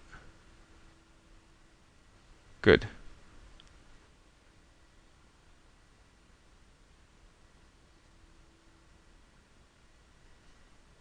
Yeah, that looks better. So select the loop from here to here, and let's move it a little bit.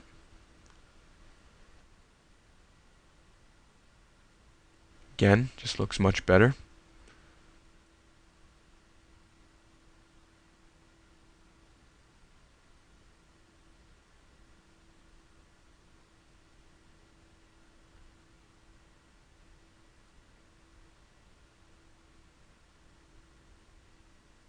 Select the polygon here and delete it. We can add a little bit more detail here, like so. Select these two polygons, duplicate and translate.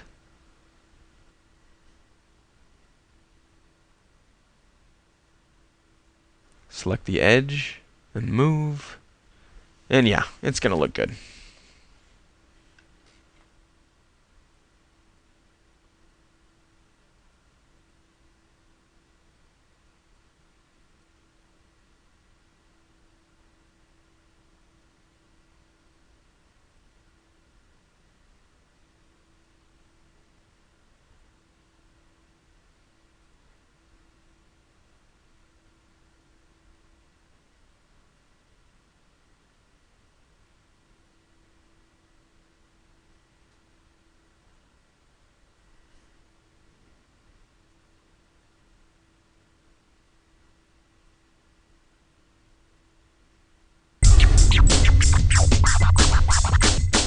Let's add some detail to the leg.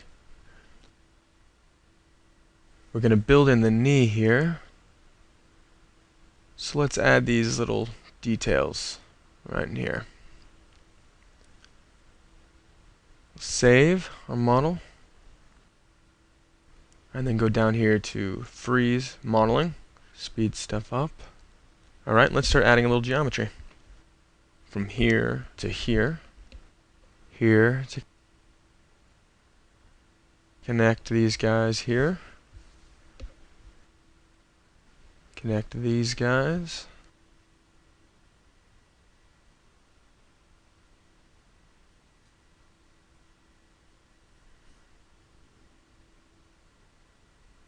Like so. Just tweaking it. Alright, and then just follow the shape of the piece here we're trying to add.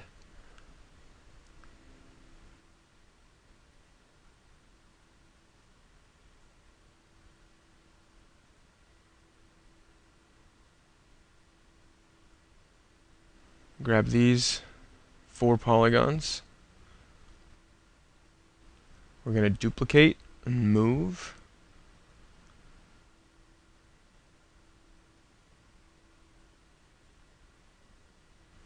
Let's get a look at this piece here.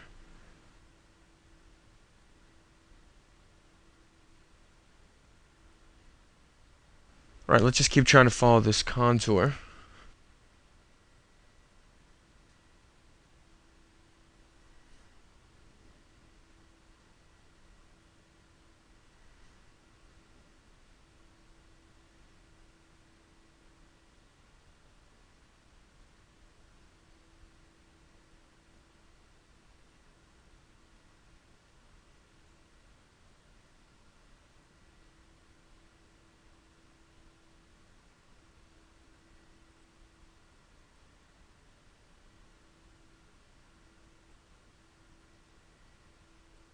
Select these vertices.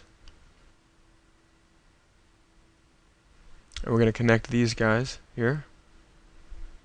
We're going to go up. From here up. And then we go down. And connect. Down and connect.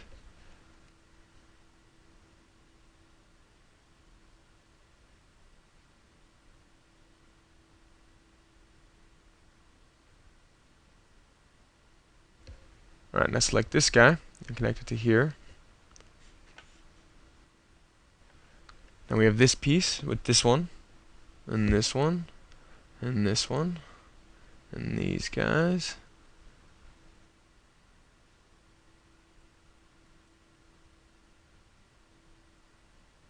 Alright, let's do an extrusion. Right click. Oh, a bit less. Lock the window of our property editor. Turn off transparency. And let's look at the piece a bit. Move it down a bit. A little more length.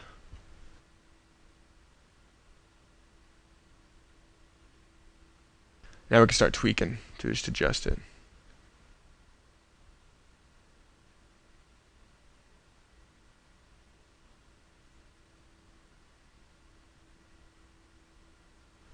With the selected polygons, select Inset Polygons.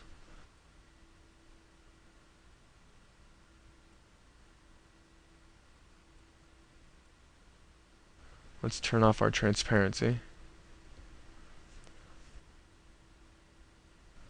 What happens here is, just helps make it a bit more beveled. So let's add a bit more length. Like so. Yeah, that looks better.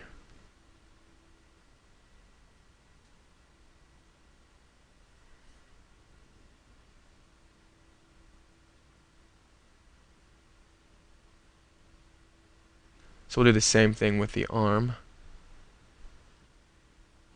Let's do these pieces in the arm.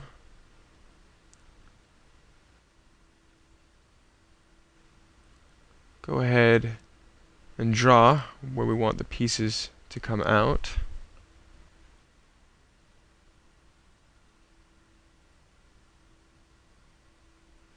And the same in the back.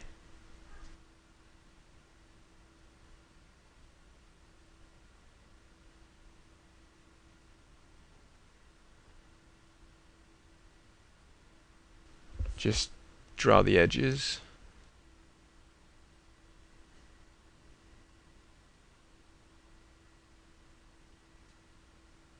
Like so.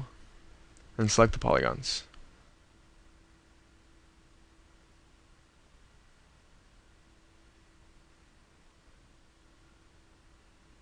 Duplicate, local, translate.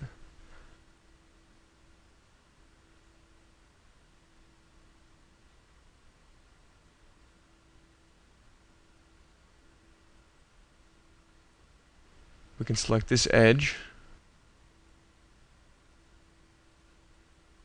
Alt middle click to select the loop.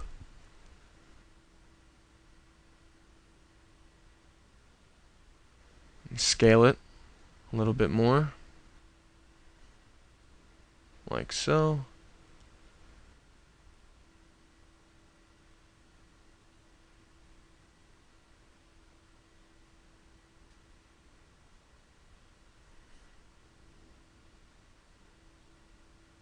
Select this loop. Let's do bevel components just to get rid of these hard edges.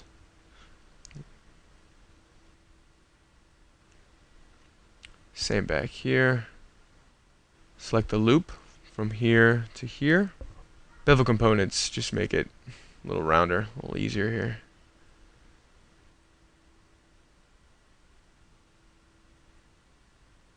Same on the inside. Beveled. Yeah, it looks better.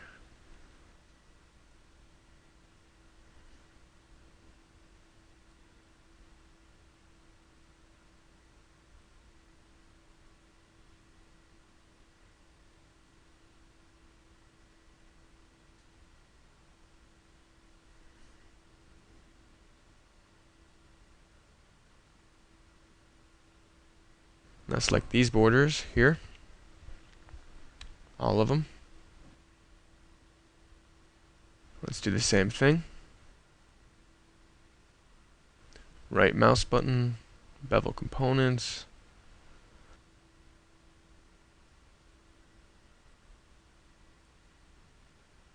We don't need this guy here. Let's just connect it from here.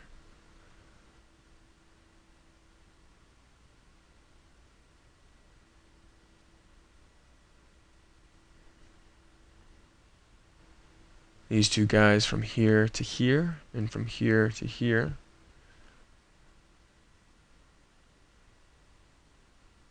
So we have a little bit more detail.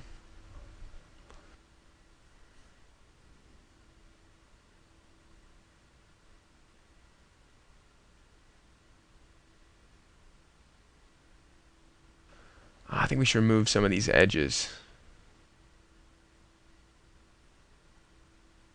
They're not very useful.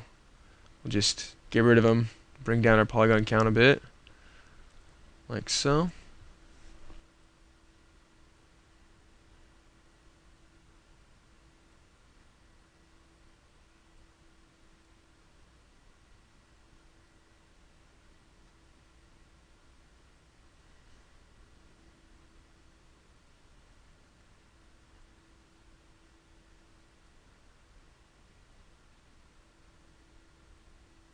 And I think we're ready to merge.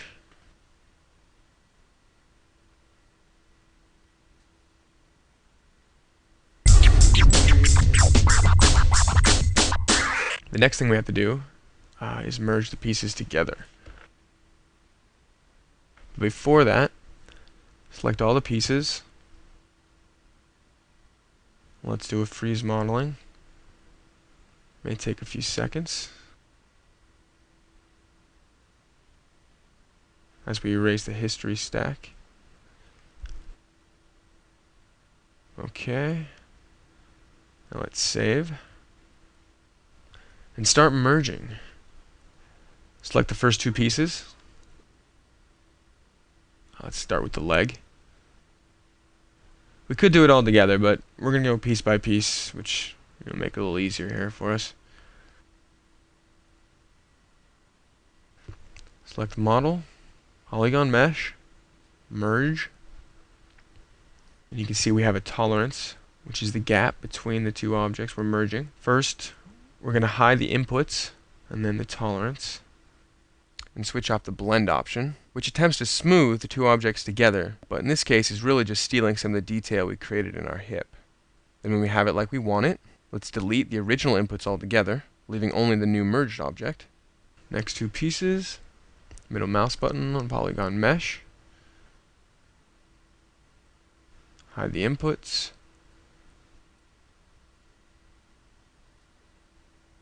and we can still do a little bit of cleanup there.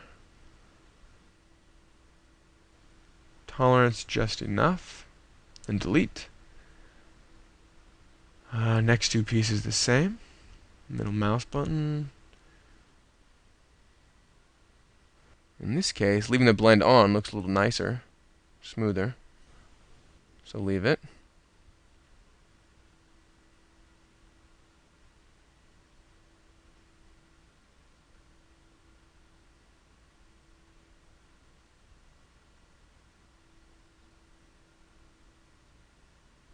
In this case, we want to blend and delete. Next two pieces, the helmet, middle mouse button, hide,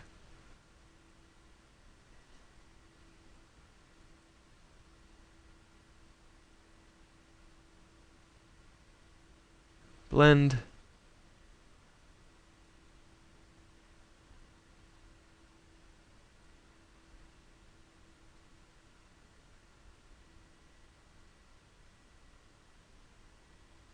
blend,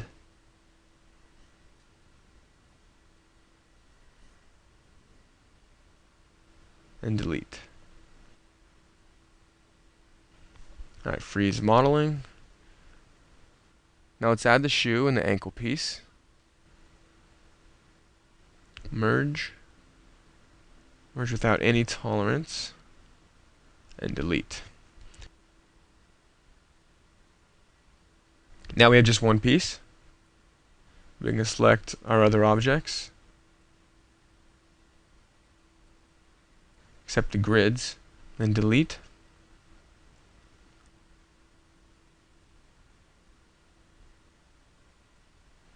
Now we're ready for the symmetry.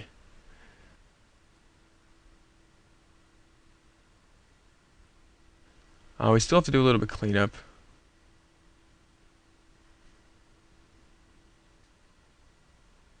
But it's coming along.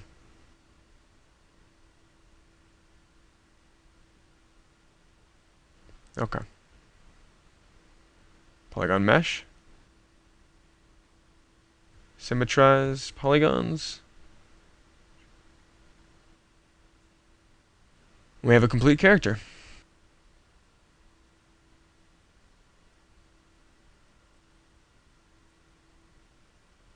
Adjust the offset.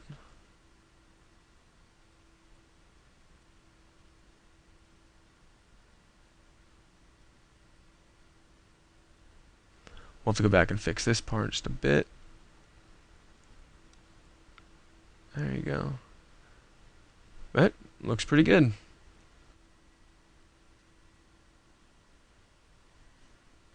So we'll fix up the back part.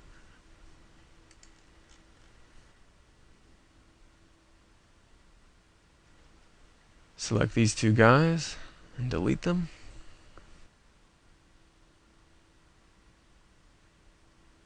We have a problem here that we need to fix.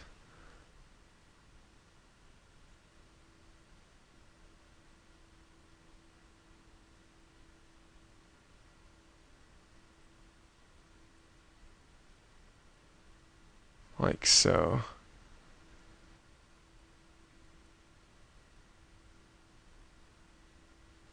And we still have a bit here that we need to adjust.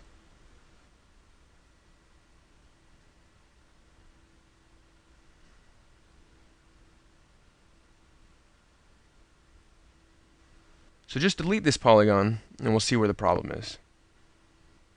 Press M for the tweak tool, and you can use the weld option to rebuild the polygon.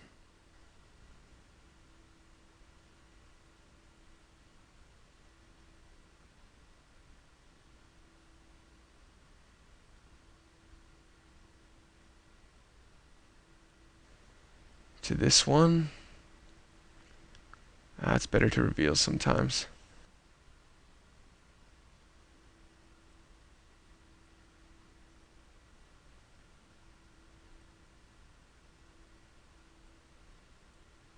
Freeze the model.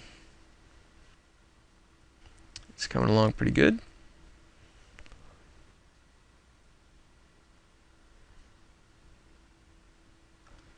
We're almost ready for texturing.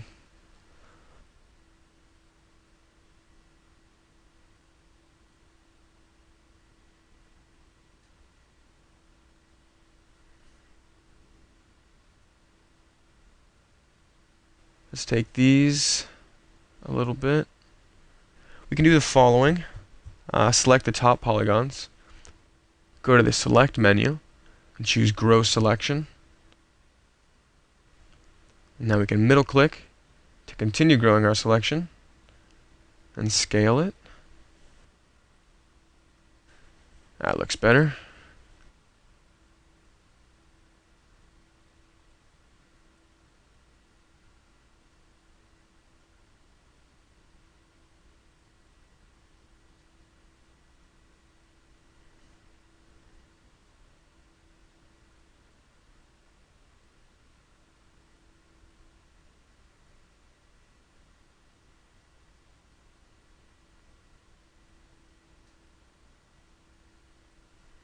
Select these 2 points here and scale them a little bit more. And translate. If you placed your reference image grids on a separate layer, you can go to the layer panel and turn them off. Or you could open the Explorer, select both of the grids, and press H to hide them.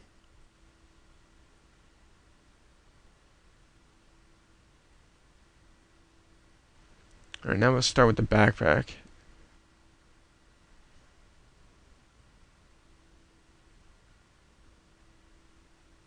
Extrude a piece from the back. Add some detail from here to here. And let's just do the same thing again. Select half the model. Delete it.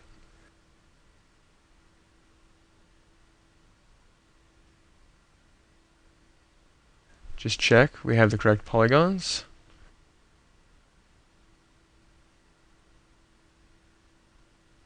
Alright, so draw an edge from here to here. Select the polygons and delete them. We'll start drawing a bit more. More or less about there.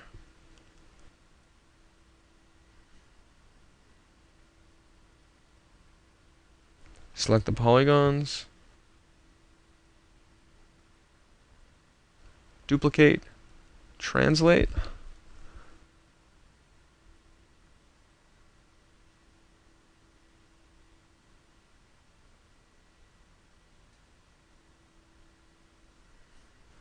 Let's draw another section. These two here we can merge together, like so, and continue to draw. Select this polygon in the middle, duplicate, translate,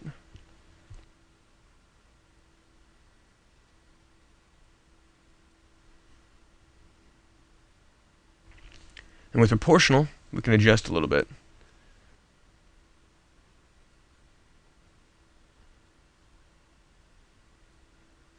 And grab the points without proportional. This piece can go here. A little bit on top.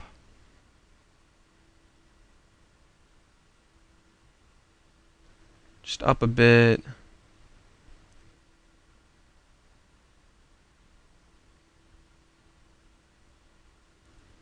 Just try to give it a little bit more shape.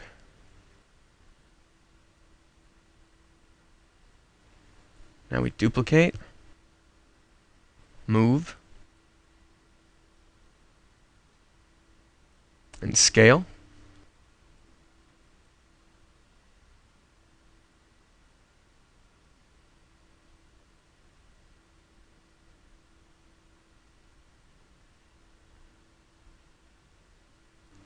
Select the points and scale it in the Z to 0.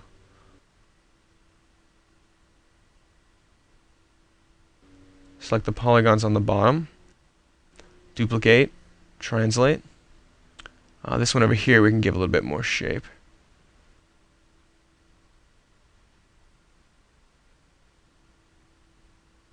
Duplicate once more.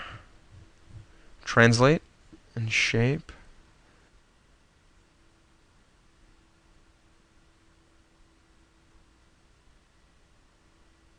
And adjust this one here, and here.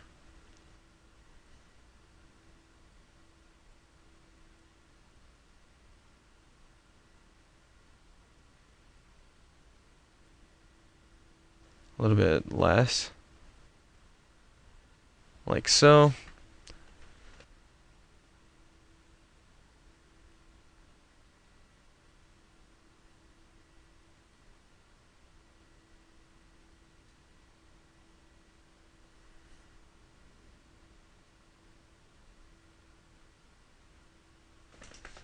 Now, let's look at the polygons on the inside.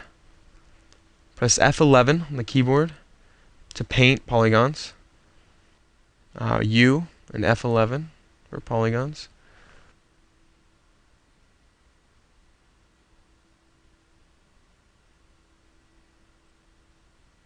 Or with only U, select these polygons here.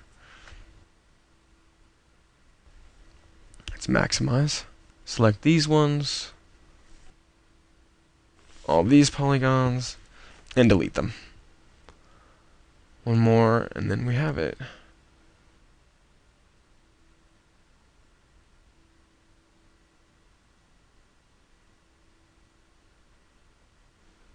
I think we can adjust this a little bit more.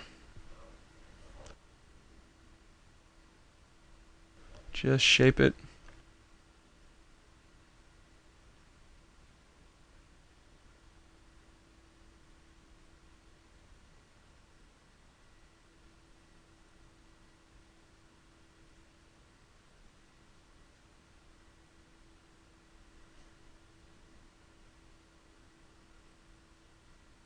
Let's do a freeze modeling again. Polygon mesh, symmetrize.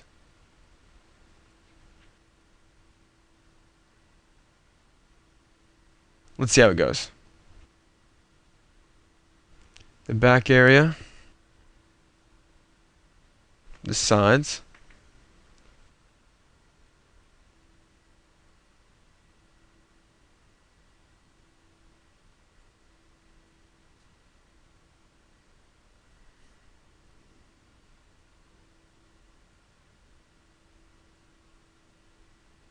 Let's adjust the offset a little bit.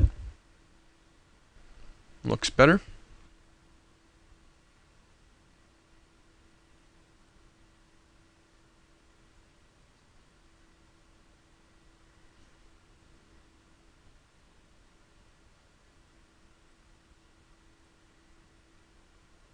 Freeze modeling, freeze.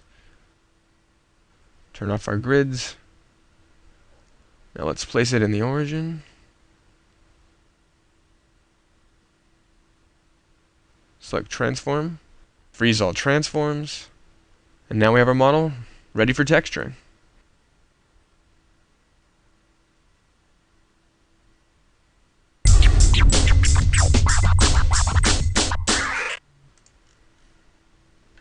So now let's add some texture to the model.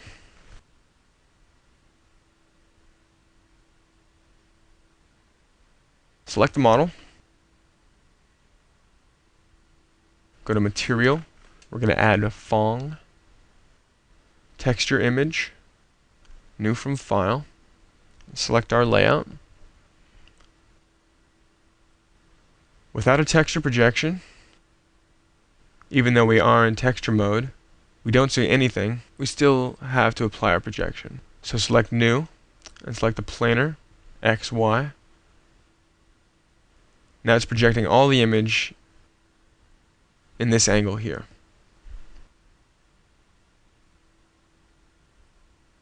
We can go to our texture editor by pressing Alt-7, and we can see how the texture is being projected to our object. What we have to do is with T on the keyboard, drag and select all points, hit V to translate, and move all the points out of the image completely. This way we can grab individual pieces as we texture them and not have to worry about intersecting other parts of a model that we may not have gotten to yet. Now we can start really texturing.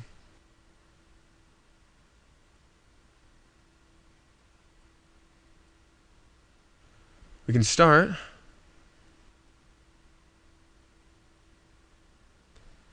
by switching the user view. Change this view to the texture editor.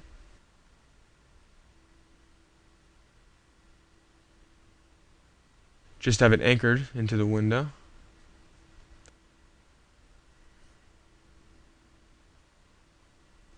Let's go to Layout and hide our toolbar, which we won't be using so much. Select Hide.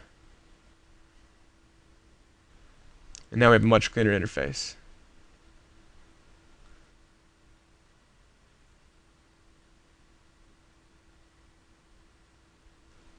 Now if I select polygons here, and I select the polygons in the model, we just have to make sure we don't have the lock on, because then the texture editor won't refresh and won't be able to see what we're selecting. So with it off, this way I can change to a hidden line. Start by going to the torso. Go to Grow Selection. Middle click to grow again. And we're going to get the front area here. Like so. Without these ones in the bottom,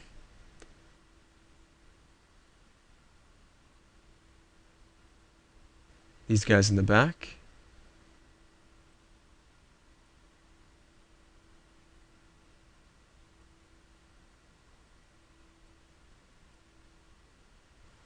and these guys here.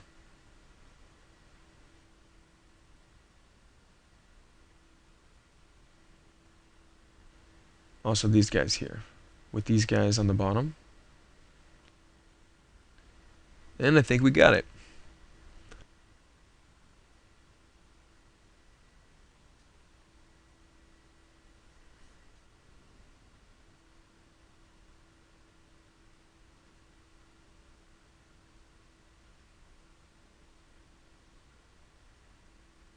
Just be sure you have the proportional tool turned off. And you have the vertices bleeding button turned off. This way, when I move the polygons around, only the piece will be extracted from the model. If not, I'll get all kinds of neighboring points following me around, and it makes it kind of tricky to texture. So this way, I just select the polygons in my view, and I extract them and place them.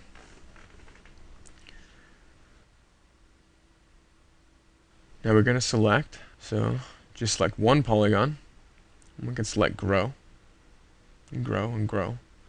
We just have to add to the selection. Let's see. One more. One more.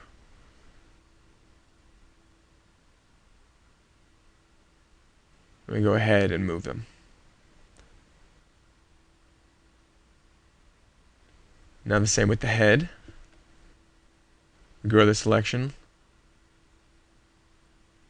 a little bit more. It's there.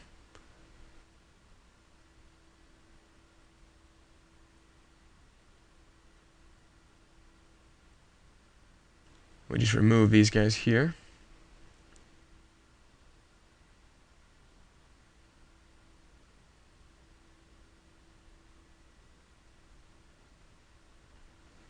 Let's add a piece to the selection. Remove these guys.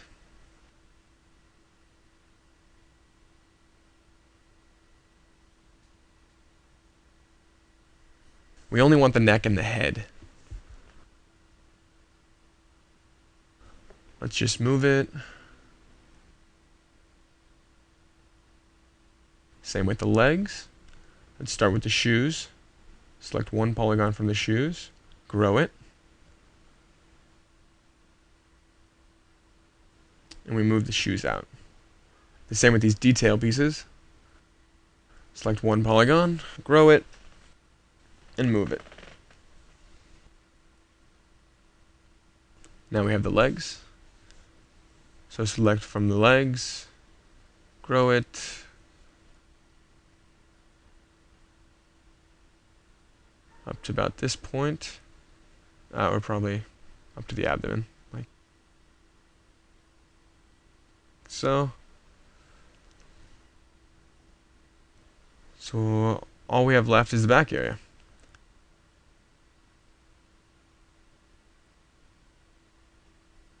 So if you see our texture, it is all mirrored. We only have one side. We have the front, the side, and the back. We have to add geometry. We can start with the legs or the chest.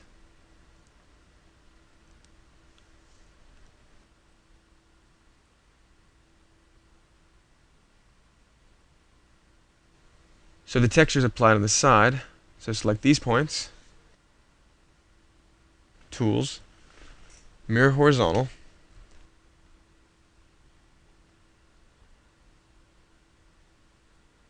and let's place it in like this, right about there.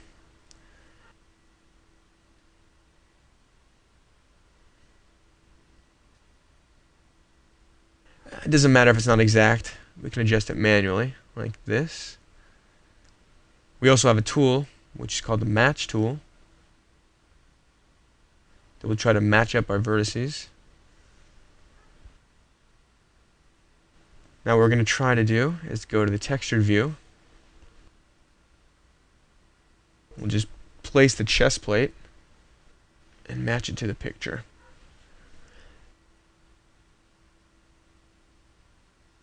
This is really nice because it gives us, in real time, the placement of the texture in the model.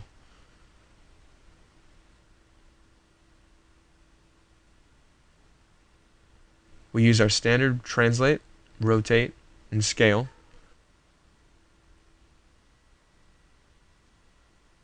To adjust the texture. Just have to make it fit.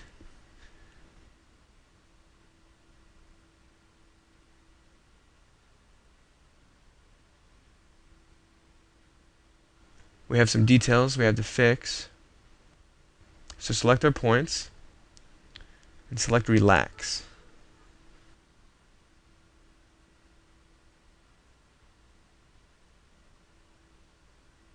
And now we can readjust it. We can select all these points and align it vertically. And with proportional, we can start moving the geometry.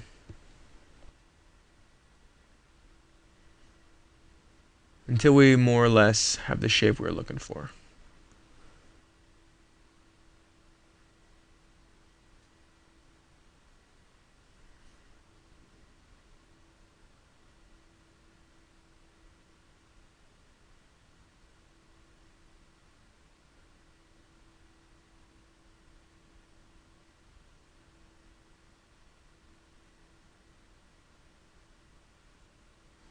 Okay.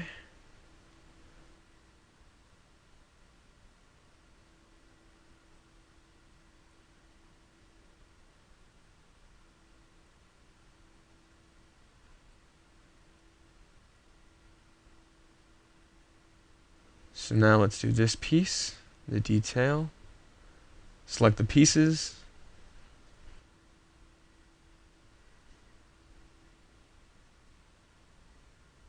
And we're going to do a sub-projection.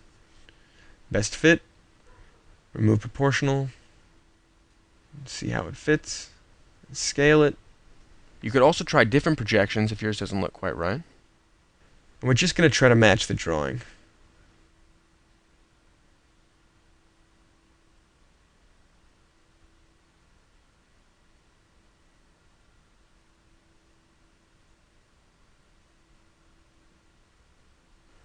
We can select any middle points and just start placing them.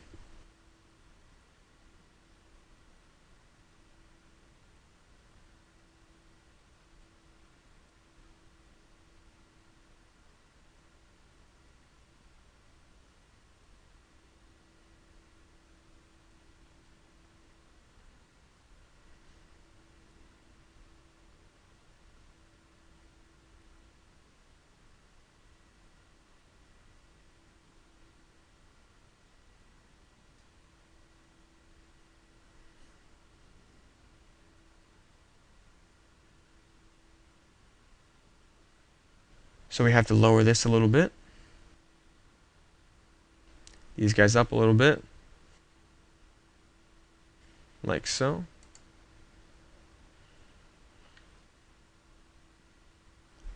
These areas don't look very good, so let's just put it inside a little bit more.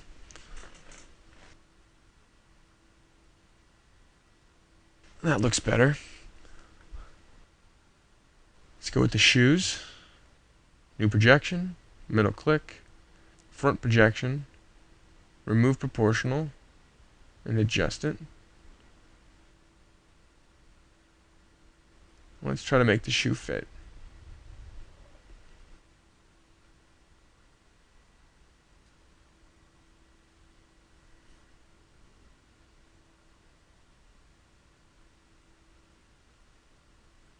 Ah, pretty nice.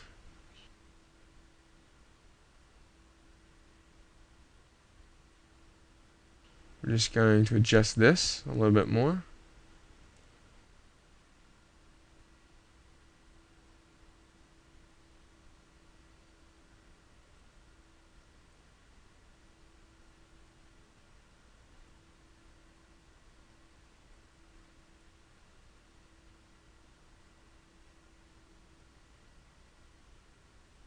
So we have the shoes. Let's do the legs. Well, let's start the arms. Select one arm. Tools, mirror horizontal, and place it on top of the other arm. Let's try to best fit it. Select all these points. Tools, match.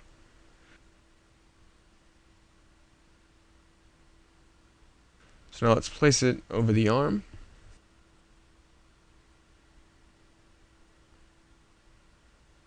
With proportional,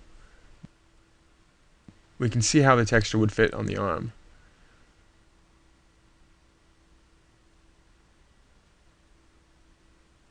We can now relax.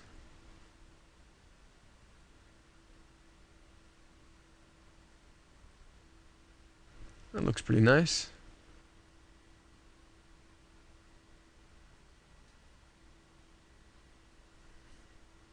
We'll just move it a little bit more and scale it.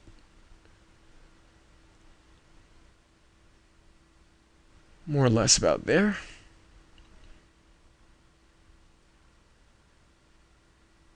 Now with proportional, we can adjust.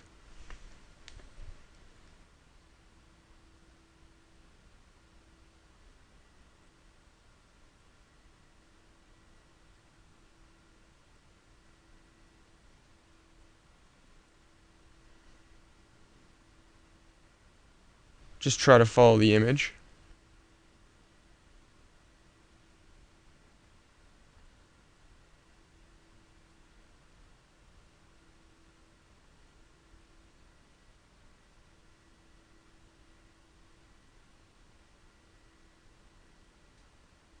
Like so.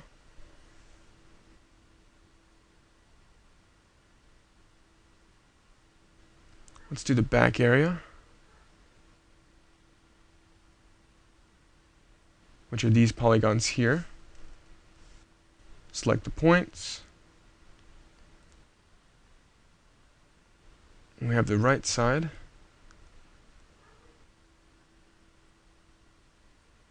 So let's go mirror horizontal.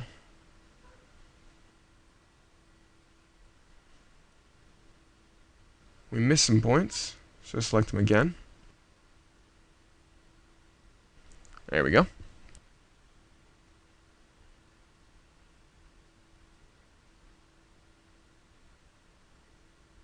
Select all of them. Match.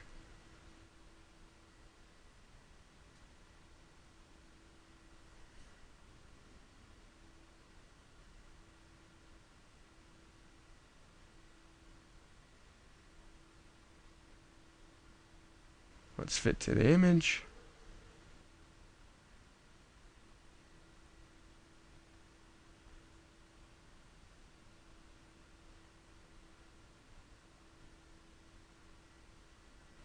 You have to go all the way to the border, up to there, more or less.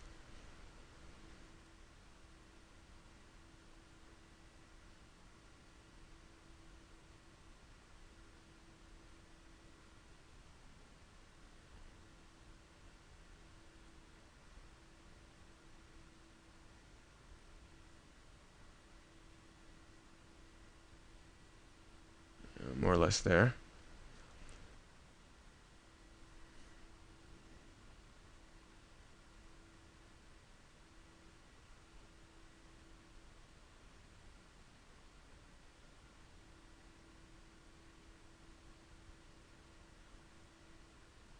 With proportional, move these points down a little bit.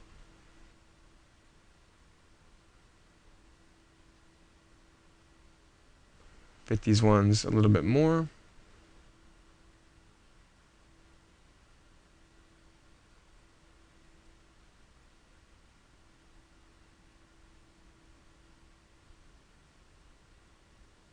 Looks good. So now, let's do the legs. The same thing. Zoom in, select 1/2.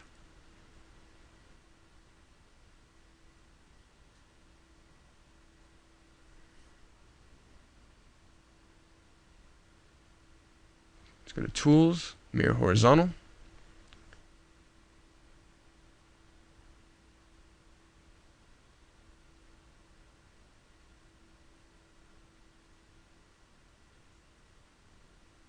And now we got it.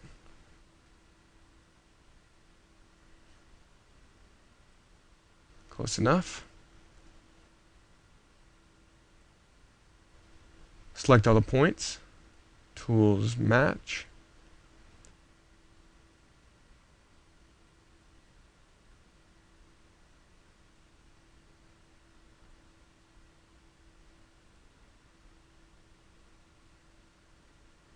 Now let's try to fit the leg up to the edge of the shoe.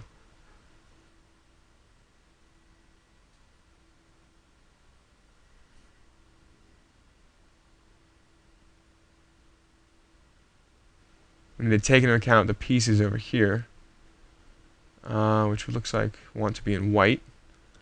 So let's zoom in a little bit.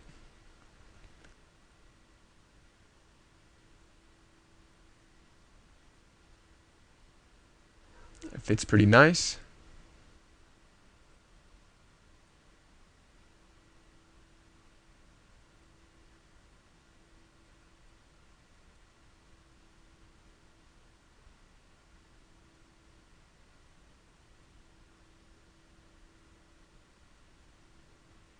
Now select these guys a little bit.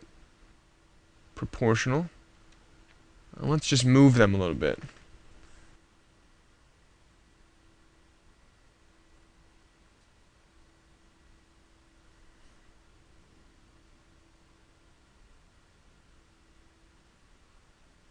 Just make it fit a little bit better with the texture.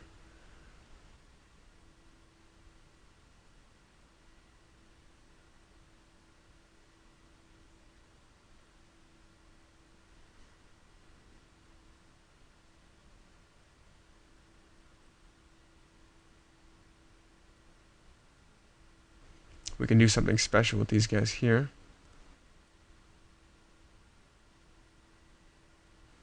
New projection, best fit, turn off proportional.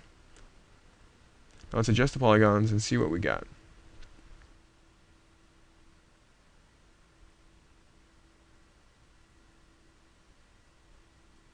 like so.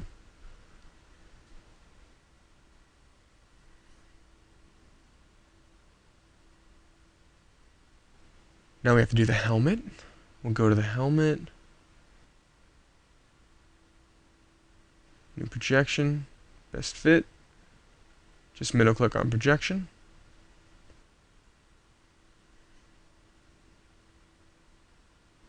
Let's relax it first.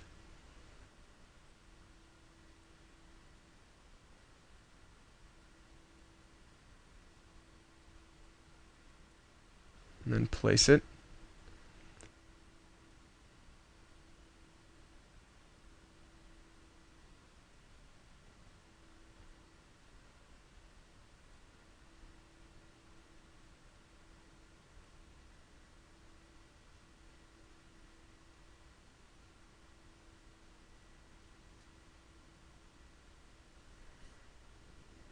In proportional, let's adjust these points.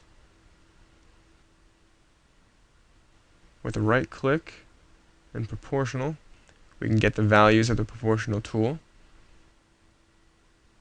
And we can get a little more control over that tool.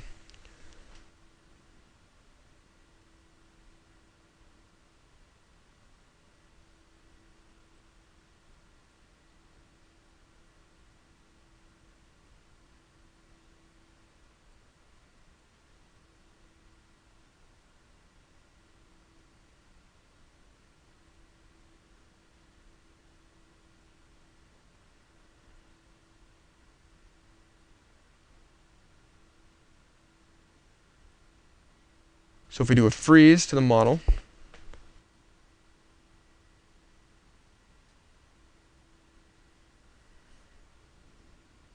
the texture projection disappears, and we have a clean model.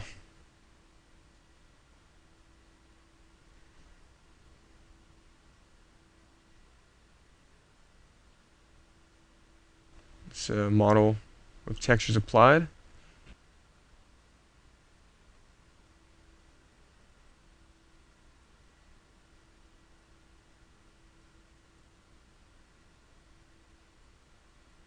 Here we can see the unfolded UVs.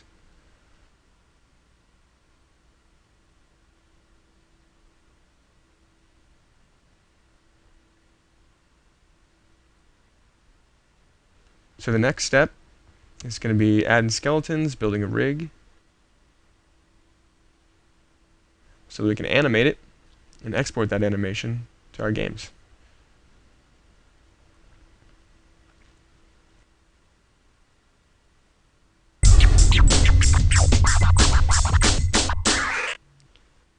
In the next disc, we'll cover adding a skeleton to our model, creating a rig, and learning how to use those systems to animate our characters within the game.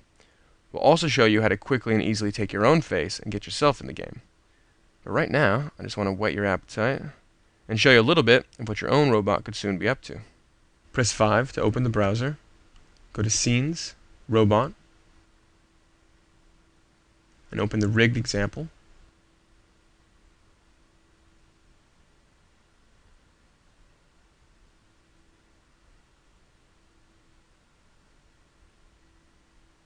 Once you have the finished model, we'll later be applying some skeletons. So real quickly, a skeleton system is called a rig. Here we can just get a feel for how it works. If we select one part of the rig, the rest of the skeleton follows.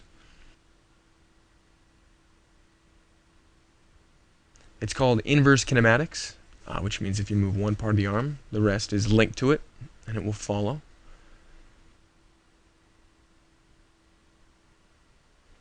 So to animate a character, we have some pre-built animations in a library. Let's check them out. Press 5 to open the browser. Go to Scenes, Robot, and open the mixer.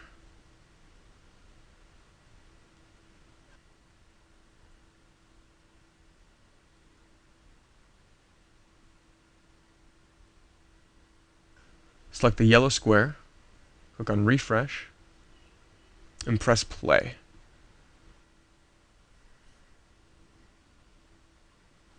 This is really cool. You can mute the different tracks and you can release one of the tracks to try other animation.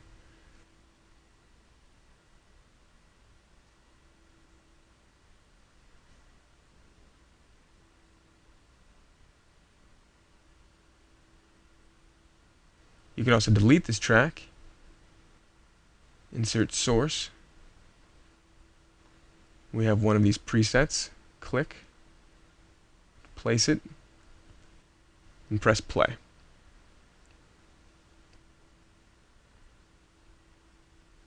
Press delete to erase the track, right mouse button, insert source, and select another one.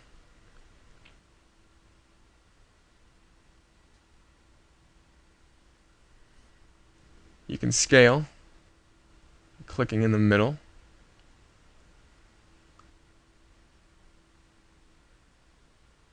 Now it's playing much slower.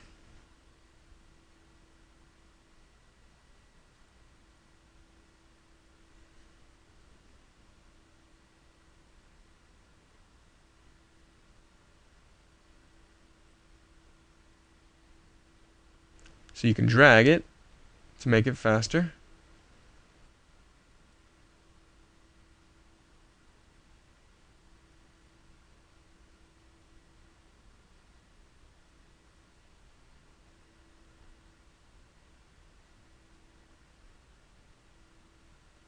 Let's do a punch in the stomach. We can speed it up a little bit, or start from 0.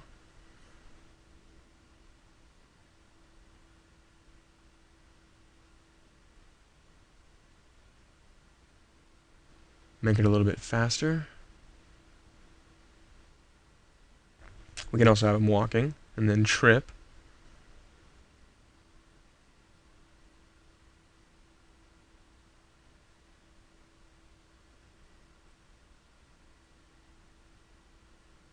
So there he is tripping.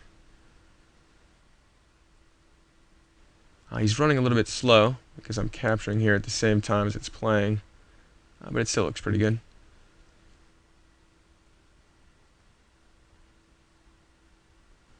Here's some gestures for walking.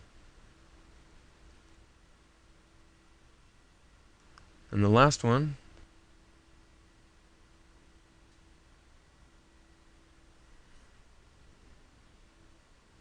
throwing his grenade.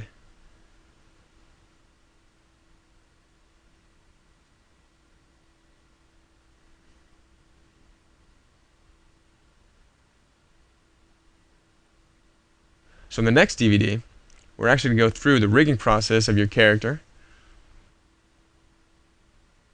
where you'll actually get to see more of the character creation tools and get yourself all rigged up. There are a lot of useful tools in XSI for creating characters, which we'll go through in some more detail, and they're pretty useful for creating video game characters.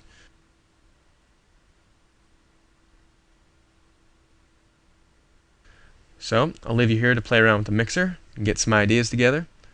I hope you had fun, got your character. We'll see him next time, and I'll see you next time. Thanks a lot. Mod your world.